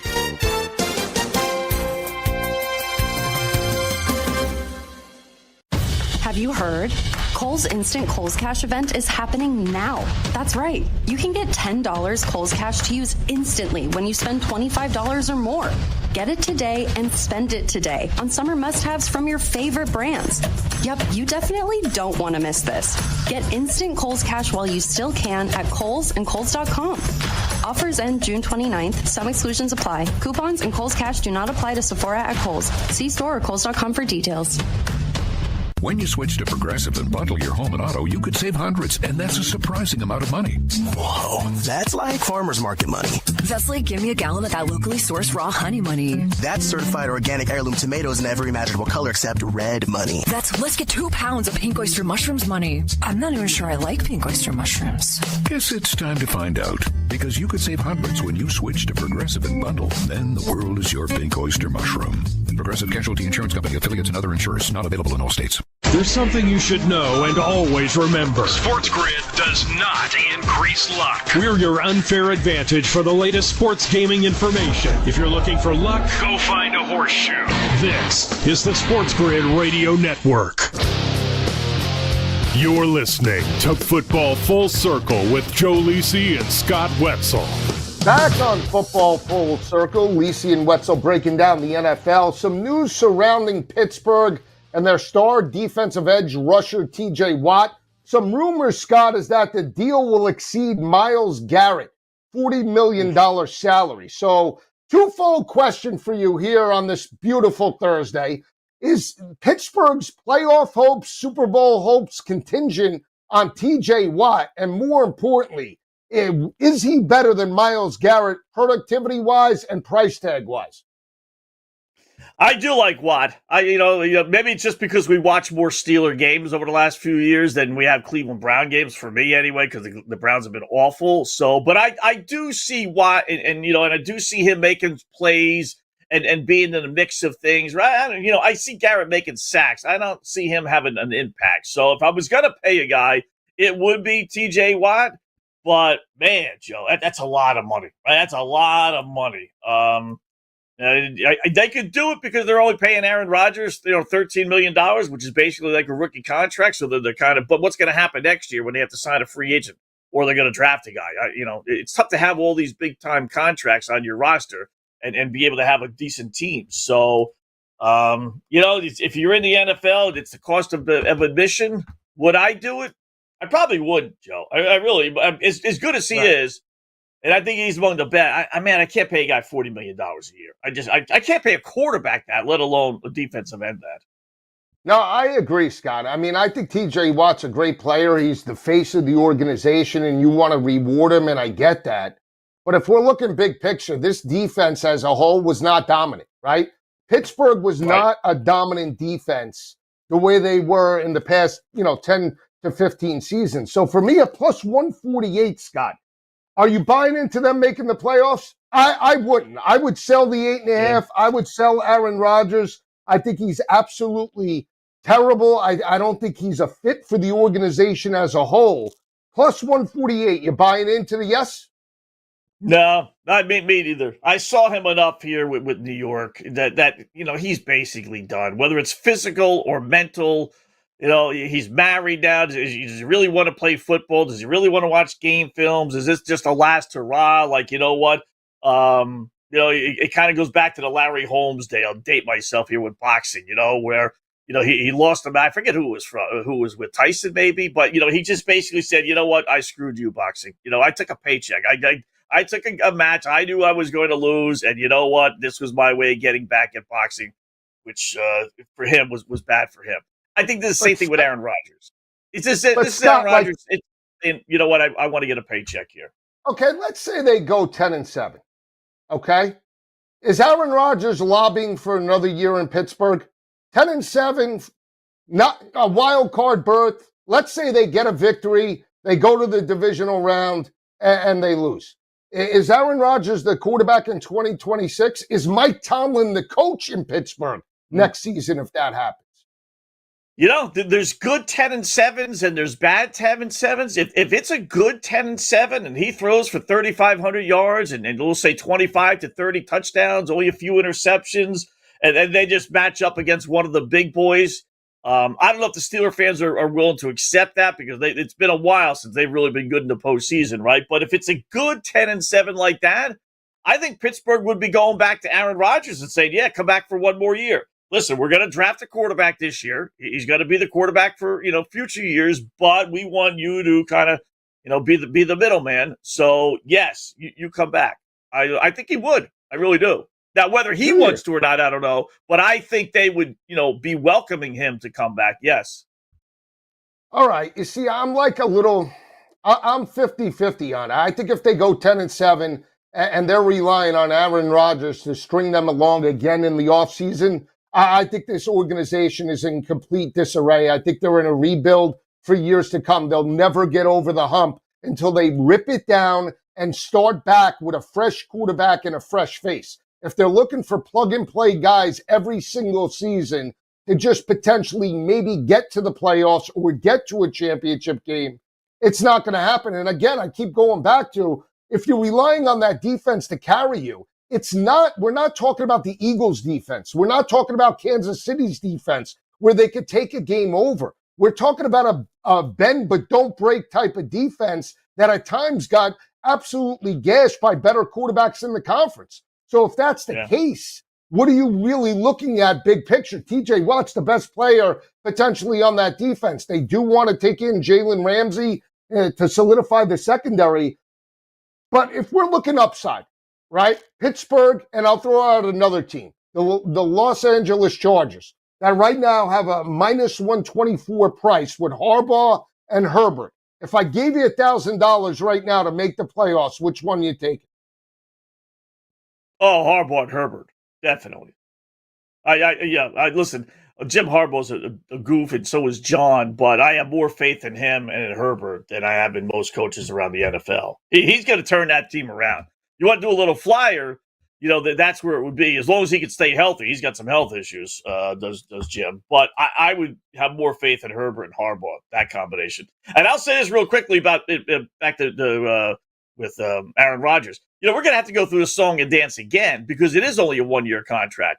He came across very noble. Oh, yeah, it's only a one-year deal. I don't want to make any kind of commitment for them, blah, blah, blah. No, I'm sure Pittsburgh was asking for a 2, if not 3-year deal. Not guaranteed money, but, okay, we have you locked in. If he goes 10-7 and has a productive year, they're not going to sign him for $13 million again. I'll tell you that. He's going to be asking for 25-30 easily. Right.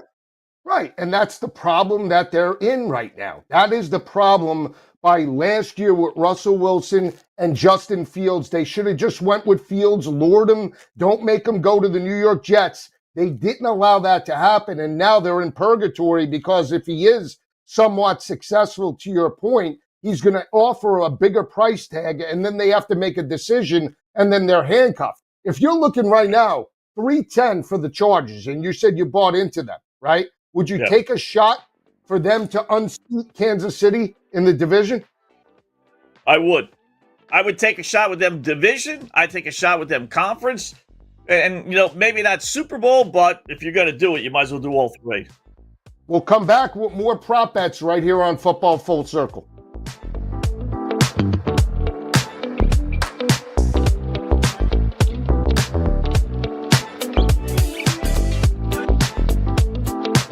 There's smart. And there's not smart. Not smart is hope as a strategy. It's smarter to be on SportsGrid. Keep it here. And win. This is the SportsGrid Radio Network. The SportsGrid Radio Network presents This Date in Sports History. The 2003 NBA Draft. St. Vincent and St. Mary's small forward LeBron James is the first pick of the Cleveland Cavaliers. The Cleveland Cavaliers select LeBron James. LeBron has transformed and grown the game like no other player and is considered the greatest in NBA history. For SportsGrid Radio, I'm Mike DeMurgis. The Technology Minute with George Capalbo. To understand the consequences of technology advancing faster than human evolution, University of Texas researchers have created an electronic face tattoo. Wirelessly monitoring brain waves and pupil dilation, detecting mental strain without bulky headgear. To understand the stress of workers in professions like truck driving or air traffic controllers, where mental lapses can have serious consequences. Ouch. The big question, does the tattoo come off? Why does it say lab specimen on your forehead? Follow me at Capalbo on X and stay tuned to the Technology Minute for more cool stuff like this. Carver and Lisi. Man, how pathetic are the Mets? Breakout on Saturday, gutless tonight. No, they've lost what, 8 out of 9? And look who they're losing to all these games. Swept by the Braves last week, lost 2 out of 3 to the Phillies, losing again to the Braves tonight. Can this Met offense wake up? Anybody on that team want to get cooking? Probably not. They suck. It's Carver and Lisi with Mike Carver and Joe Lisi. Weekdays 8 p.m. Eastern, 5 Pacific on the SportsGrid Radio Network. There comes a point when the chips are down. To coin a phrase. When the only thing you can do is stop and wait. Do you want to face that moment prepared? Or rely on luck? Get the winning edge. This is the SportsGrid Radio Network. You're listening to Football Full Circle with Joe Lisi and Scott Wetzel.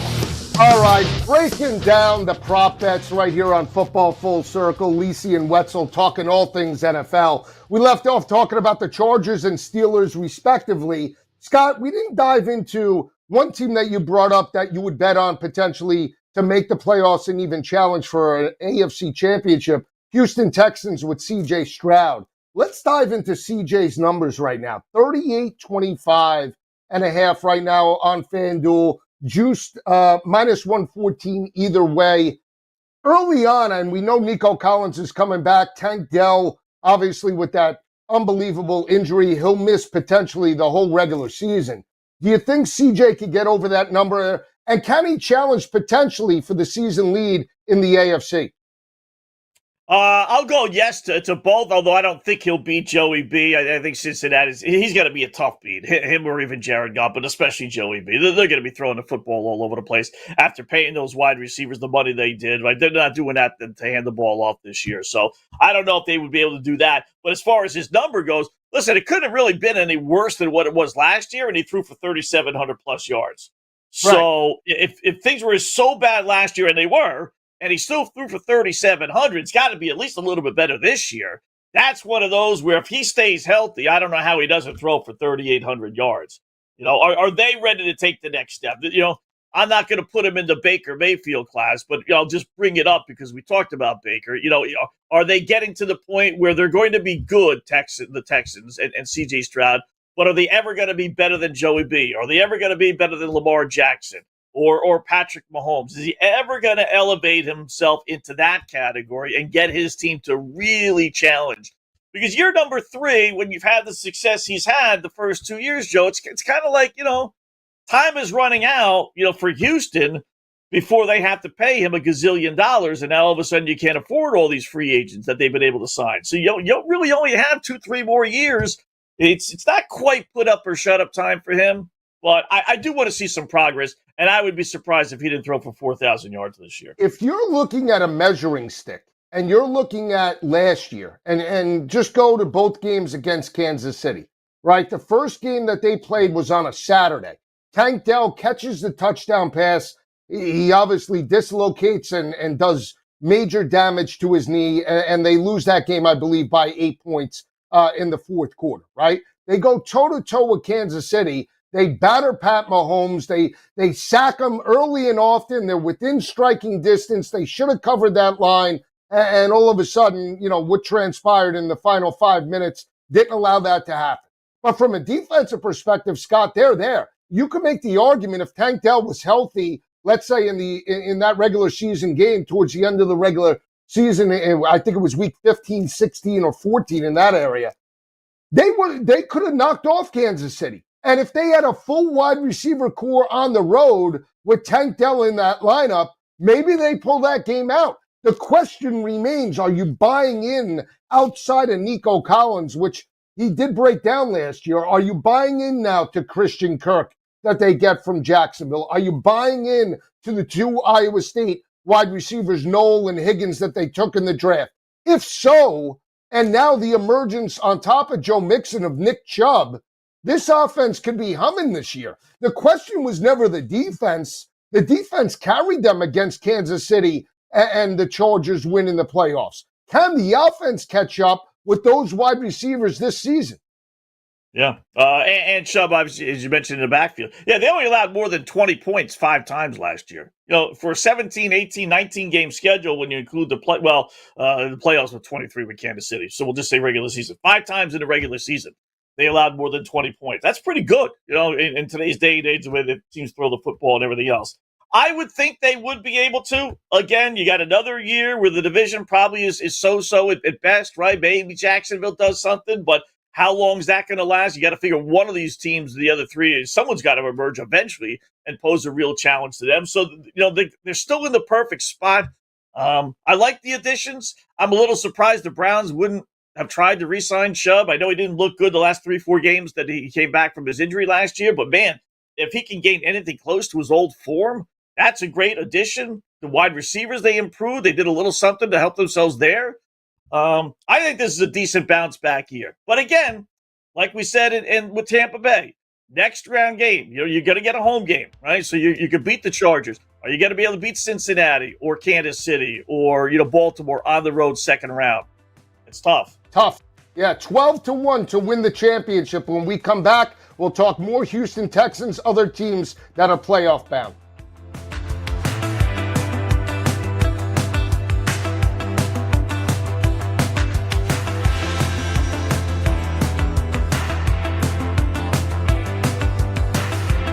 The winning edge. You've got it. But not everybody has it, because not everybody listens to us. But we're working on that. This is the SportsGrid Radio Network. Progressive presents the SportsGrid Sports Flash. I'm Chuck Sanders. NFL free agency Shaquille Griffin has reunited with the Seahawks on a one-year deal. The 29-year-old veteran cornerback is a former Pro Bowl selection and rejoined Seattle after playing last season with Minnesota. Travis Hunter signed a 4-year, $46.5 million deal with the Jaguars. He was the last of this year's top 10 draft picks to sign his deal. Hunter's a potential two-way player as a receiver and defensive back. The NHL and the NHLPA are negotiating a potential increase to an 84-game regular season during their collective bargaining agreement talks. An increase over the current 82-game schedule has been discussed internally by the NHL over the past couple of seasons. The addition of 2 regular season games would allow the NHL to keep its current schedule format, which sees every team visit every opponent at least once. The current CBA expires September the 15th of 2026. Save big when you bundle auto and home, renters, or condo with Progressive. That's the SportsGrid Sports Flash. I'm Chuck Sanders.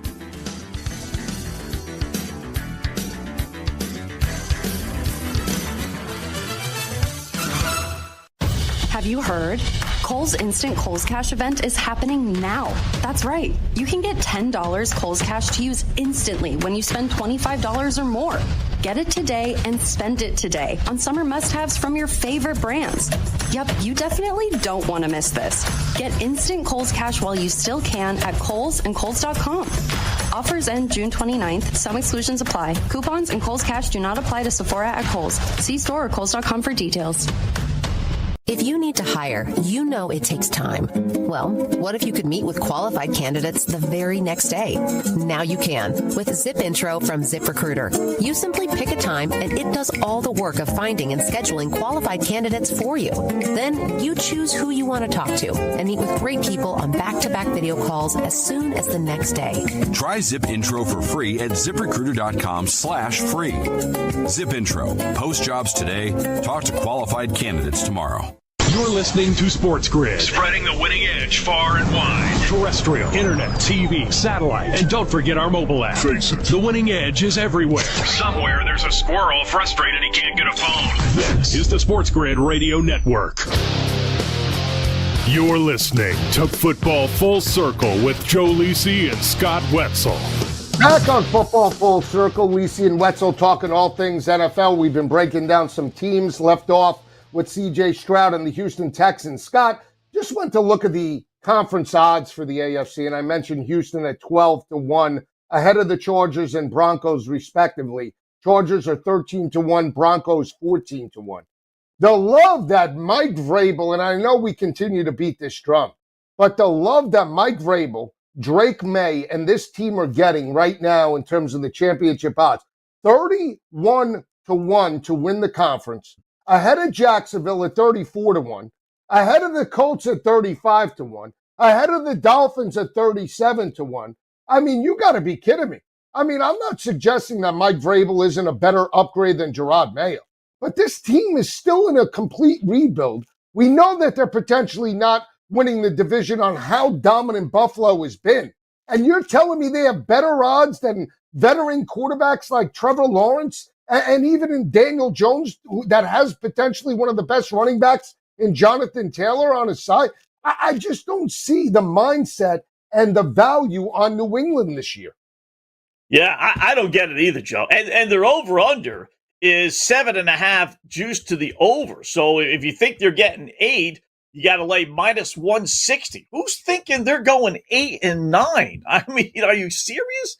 Yeah, they got the Jets twice and the Dolphins twice, but they don't play, against themselves, obviously. So, you take away those 2 so-called winnable games. You got games at Baltimore, at Cincinnati, at Tampa Bay. You're not winning those games. So how are they getting to 8 wins? They can't beat Buffalo, so you're going to lose those 2. You would have to, win every single winnable game, and that's, at New Orleans, at Tennessee, even Atlanta at home. I don't get it either. I really don't. I think that's one of the best bets you can make, under 7.5 at plus 135. I mean, even 7-10 to me, Joe, would be like, wow, that's pretty impressive. I don't think they're getting much more than 6 wins, let alone 8. I'll tell you, I'll take it that'll a be step one of further. my better bets. Yeah, I'll take it a step further. We talk about lottery tickets, and you and I asked for alt odds. Under 5.5 in year one at plus 420, to me has legs and value. Because I think when we talk about this type of situation, right, is it more Vrabel or is it more the roster? Because I'm looking at it as the roster. It's one thing if you have a loaded roster and an incompetent head coach and you say, you know what, with the right head coach intact, he can elevate this team, much like Dan Quinn, right? He was such a significant upgrade from where Ron were, and the Chargers too, right? From where both of those teams, Staley sucked and so did Ron Rivera, right? They were both terrible game planners, terrible in-game managers, and you significantly upgrade that with both blue-collar, defensive-minded head coach for the most part, in Dan Quinn and Harbaugh, you get the success that you had last year. But when you look at New England, if that is not the case, they do not have elite speed on the perimeter. I know they have Stephon Diggs, expecting him to be this world beater, Tyreek Hill type of player in this offense. I just don't see it. And secondly, that defense is not elite. They're good, but we're not talking about Kansas City or Philadelphia. They could be attacked, and Vrabel, with better rosters in Tennessee, couldn't elevate the team. He regressed. So why are we buying into them? Yeah. And they had 4 wins. You're expecting them to double your win total? And it's not like they came close last year, Joe. I mean, they have some bad loss.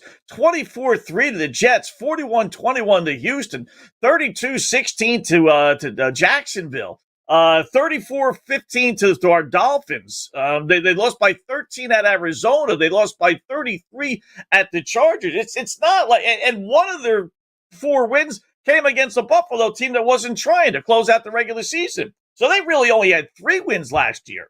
So it's like they weren't even close. So this by far, to me, when you look at some of the over-unders and expectations and everything else that I've been able to find so far, New England is the biggest shocker and the one that makes absolutely no sense to me. I don't know what I'm missing. Do they really think May's going to improve that much? Do they really think it's going to be the head coach, Vrabel?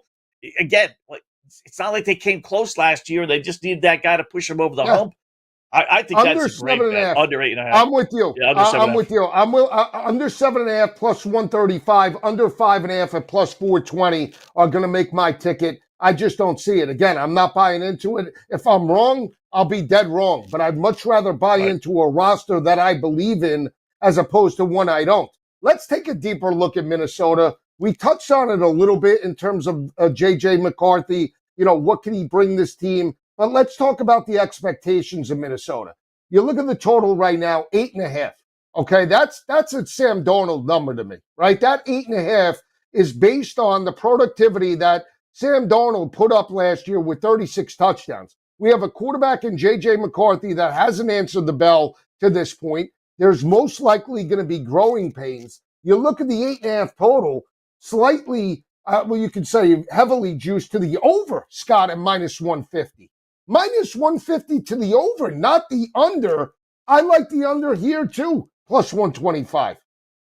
Yeah, I would take a crack at it. You know, I don't love it. You know, you're basically dying at 8 with all that talent. You know, is it a Sam Darnold, or do you say, well, if they can win with Sam Darnold, they can win with J.J. McCarthy then, right? I mean, you know, to pick the one pea out of the pod. So maybe that's the approach. They're saying if they could have that much success with Sam Darnold, they could have the same thing with J.J. McCarthy. I'd be, if I had to choose one, I would go under. I wasn't a big fan of his at Michigan, barely threw the football. Let me see him get thrown right into the fire. Expectations, right? I mean, this is not a guy that's just coming in like a Bo Nix with Denver last year. It's like, all right, whatever you do, right? You're a guy, but, you know, we're going to temper our enthusiasm. He's taken over a playoff team. You know, he's taken over a team that was a playoff team that they kicked the other quarterback out and made it your team. He's under a lot of pressure. So it's been under pressure in Michigan. I get that, but that's a lot of pressure. I got to see it to believe it. I would go with the under if I had to. I agree as well. And I want to break down two stats and prop bets for J.J. McCarthy. One is, okay, his total passing yards, 36.50 and a half. Juice minus 114 either way. Sam Darnold threw for 35 touchdowns and 4,319 passing yards, okay?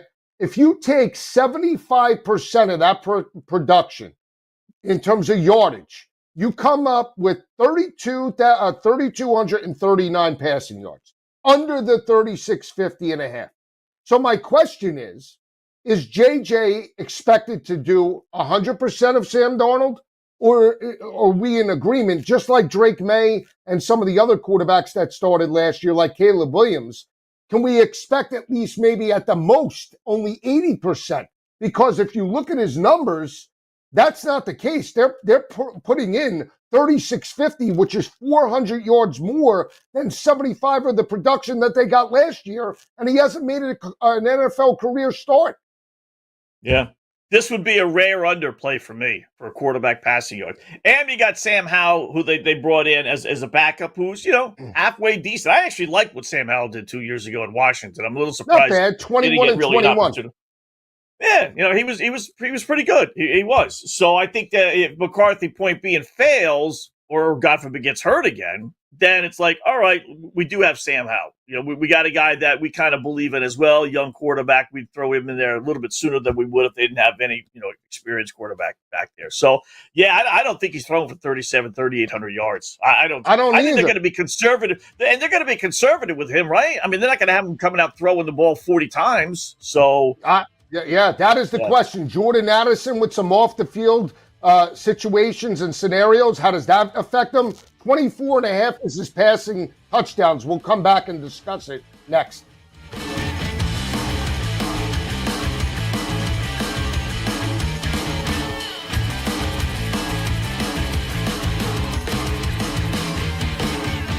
We're not saying every SportsGrid listener is a legend, but you might start thinking about who's going to play you in the movie. Just saying. This is the SportsGrid Radio Network. With your news flash, I'm Trey Westerberg. This update brought to you by Progressive. Kroger plans to close around 60 U.S. grocery stores over the next 18 months to improve efficiency. The company announced the plan during a corporate earnings call last Friday. The company hasn't said which stores it plans to shutter, but said the closures will happen around the country. It also said employees at impacted stores will be offered jobs at other locations. Chairman and CEO Ronald Sargent said Kroger plans to open at least 30 stores this year and will accelerate its store openings in high-growth geographies next year. A federal judge granted a preliminary injunction to stop the U.S. Department of Labor from shutting down Job Corps, a residential program for low-income youth, until a lawsuit against the move is resolved. The injunction bolsters a temporary restraining order directing the Labor Department to cease removing Job Corps students from housing, terminating jobs, or otherwise suspending the nationwide program without congressional approval. I'm Trey Westerberg with your news flash.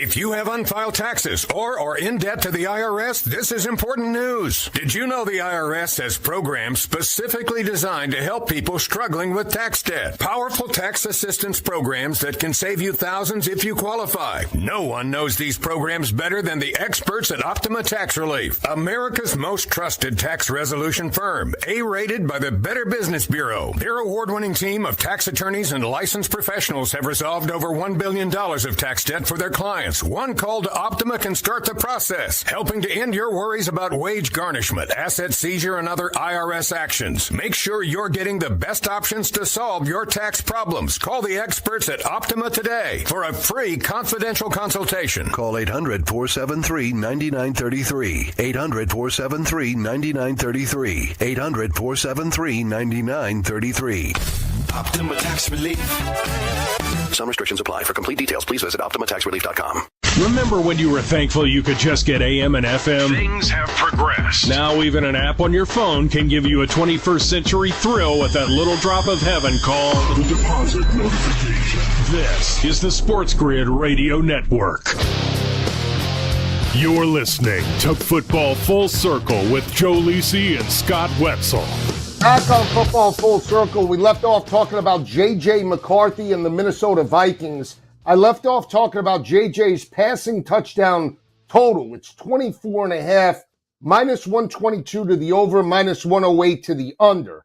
And I did again. I took 75% of the production from Sam Darnold, which was 35 passing touchdowns. You take 75% and you get in the area of 27, which, okay, can he live up to that? It's possible. But then you throw into the facts, Scott, that Jordan Addison, and I mentioned he got a DUI in the offseason. He potentially might miss, and they're talking about a 3-game possible suspension. So you have Justin Jefferson and Hawkinson there. You take out Addison, and now you're expecting a first-year quarterback for the most part to duplicate the Sam Darnold production. That's a lot of pressure on JJ in year one, especially with the 8.5 win total. When we talk about unders, I think I'm under both the 24.5 passing touchdowns, and I'm under the passing yards for JJ McCarthy this year. Yeah, I agree, Joe. You know, and if you're thinking about going over because you have all those weapons and everything else, consider this, right? We all love Justin Jefferson, right? If he's not the best wide receiver, he's certainly in the top 2, 3, 4, 5 at worst, right? But last year, playoff game against the Rams, 5 receptions for only 58 yards. Last game of the regular season against the Lions, 3 receptions for 54 yards, no touchdowns in either game. 2 biggest games that Minnesota had, he flopped. Now, is that because he wasn't any good, or is it because, Sam Darnold wasn't any good? Doesn't matter. Bottom line is that if you're thinking Justin Jefferson is going to lift up J.J. McCarthy and help him, what I would argue is that wasn't the case last year. When Sam Darnold couldn't get him the football, he was an invisible wide receiver, as great as he is. So I would lean towards the under on all of J.J. McCarthy's numbers. I really will. And then you throw in if he does struggle, which is possible, right? I think they'll yank him pretty quickly for Sam Howell. Oh, you do? You see, I don't know about that, but I'm with you in the aspect of selling J.J. McCarthy early on. If we're wrong, we can always reassess. What I do find interesting is that FanDuel does have these team specials up, with the 1 passing, 1 rushing touchdown. They have McCarthy's numbers posted on the passing props, but they have no team props for Minnesota whatsoever. I don't know why, but that's pretty intriguing to me that early on they're not taking shots in regards to JJ's numbers. Let's talk about Justin Jefferson, and then we'll talk about some other teams. Justin Jefferson, to your point, Scott, 1250.5, the under and over. Okay?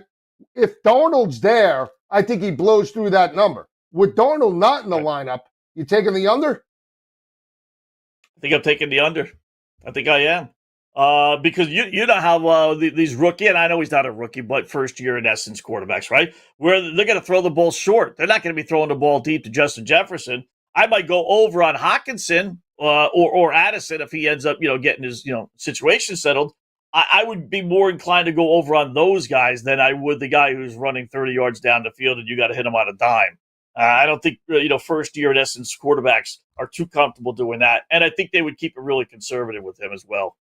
Addison is 750.5. No number yet. I couldn't get it. I might have to look on DK for Hawkinson. But are you taking a shot? Now, keep in mind, again, if you take Addison, you have to keep in mind there's the potential he could get suspended for 3 games, and you're automatically starting with potentially 14. So in 14 games, could he get to the 750.5 if he plays every one? Yeah. I mean, he could.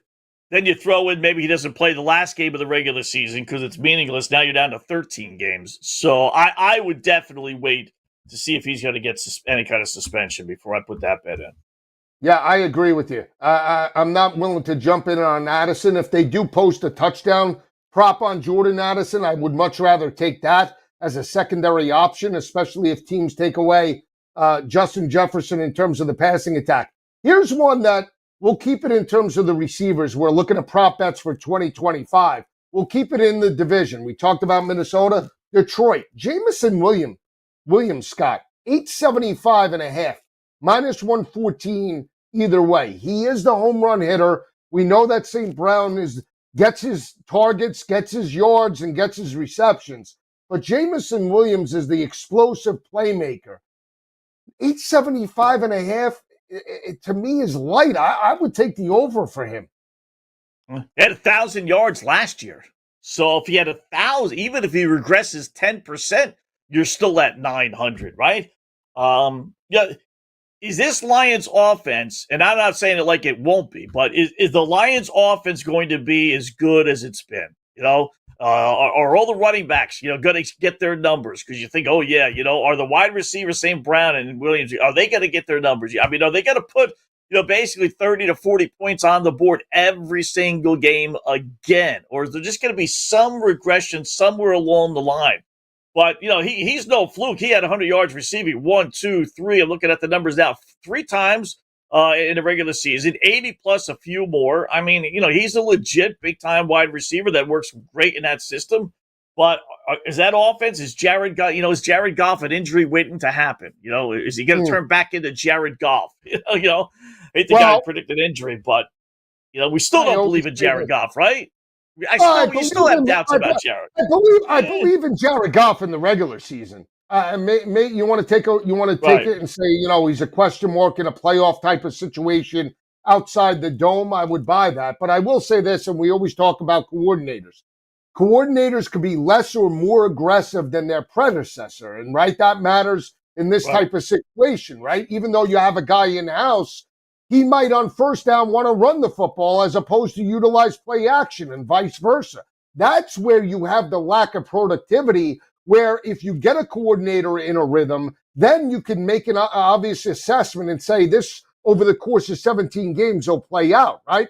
It didn't work that way for Philadelphia a couple of seasons ago. They struggled offensively before they found their groove and didn't have an identity. Record was there, but not the productivity. We'll come back and wrap it up right here on Football Full Circle.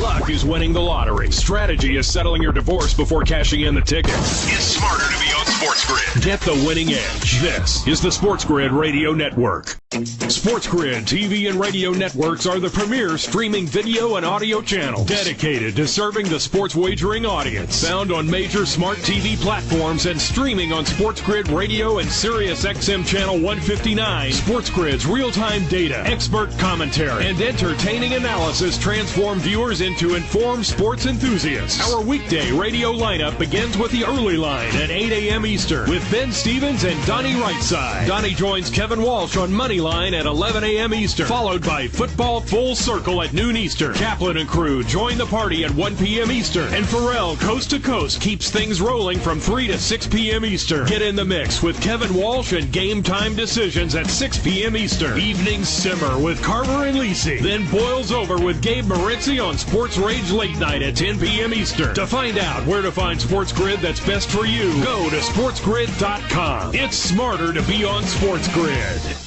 Imagine combining the exciting investment opportunity of cryptocurrencies with the power of artificial intelligence to maximize your IRA, 401k, or other investment funds. Listen, if you're looking for ways to accelerate your retirement growth, Block Trust IRA has market-leading strategies and solutions for all levels of investors, from $1,000 to millions. And they partner with Bitcoin Magazine's #1 crypto trading fund in the world to maximize your returns. Plus, their team of IRA specialists is here to help you roll over your IRA or qualified retirement account to the new world of cryptocurrency investments. So make this free call right now to set up your account and learn more. 800-434-5313. 800-434-5313. 800-434-5313. That's 800-434-5313. It's stark but true. You can either listen to SportsGrid for strategies, odds, and more, or you can pay your bills by digging in your couch cushions for change. Just be sure to wear gloves. Get the winning edge. This is the SportsGrid Radio Network. You're listening to Football Full Circle with Joe Lisi and Scott Wetzel. All right, wrapping up Football Full Circle. Scott and I always have fun talking the NFL and college ball. we love to do trivia every now and then on the show, so I'll throw it out as it relates to the prop bets for 2025. So this running back, Scott, last season rushed, and you can't look, for 1,299 yards. He also had 14 rushing touchdowns.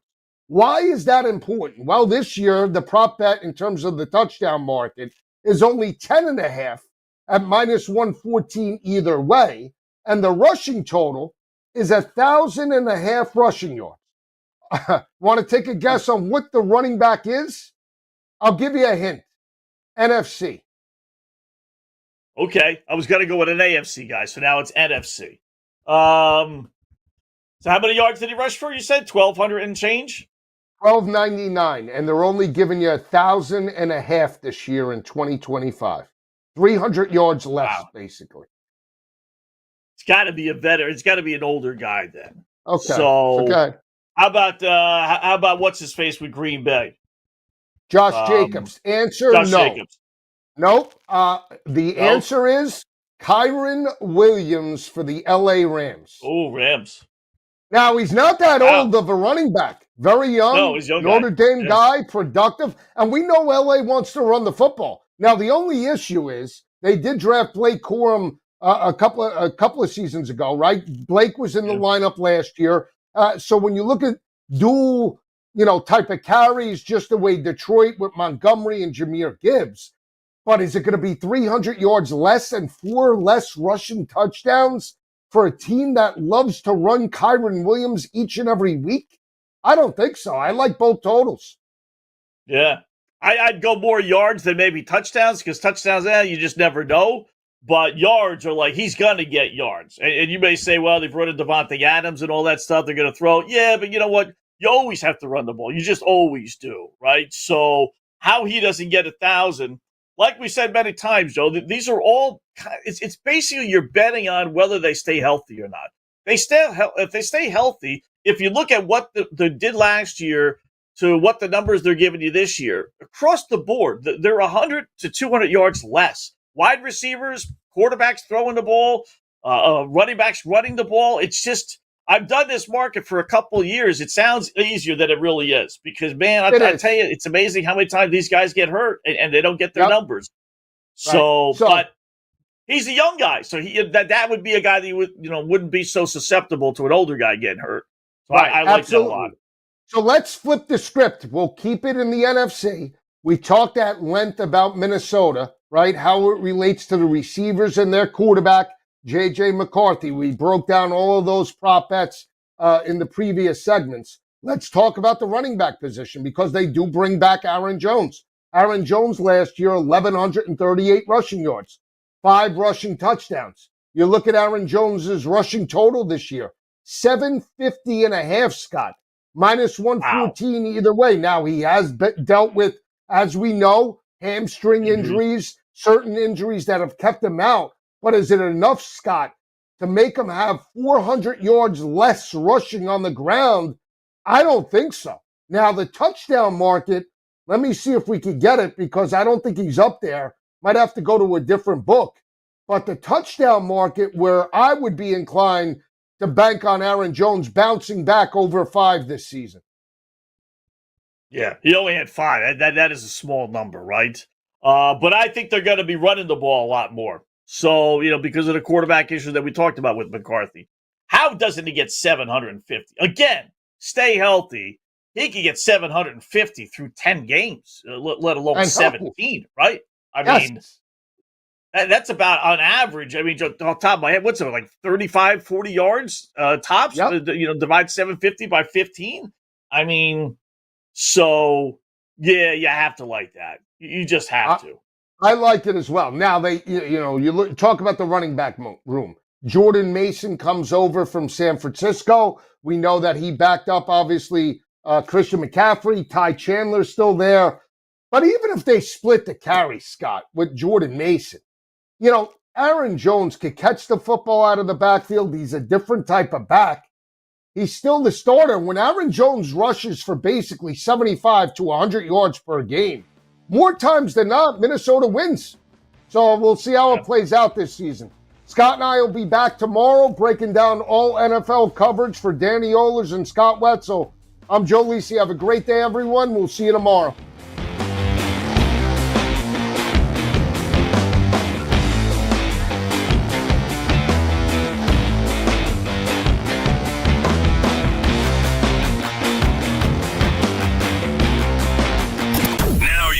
You found the advantage for gaming, odds, and more.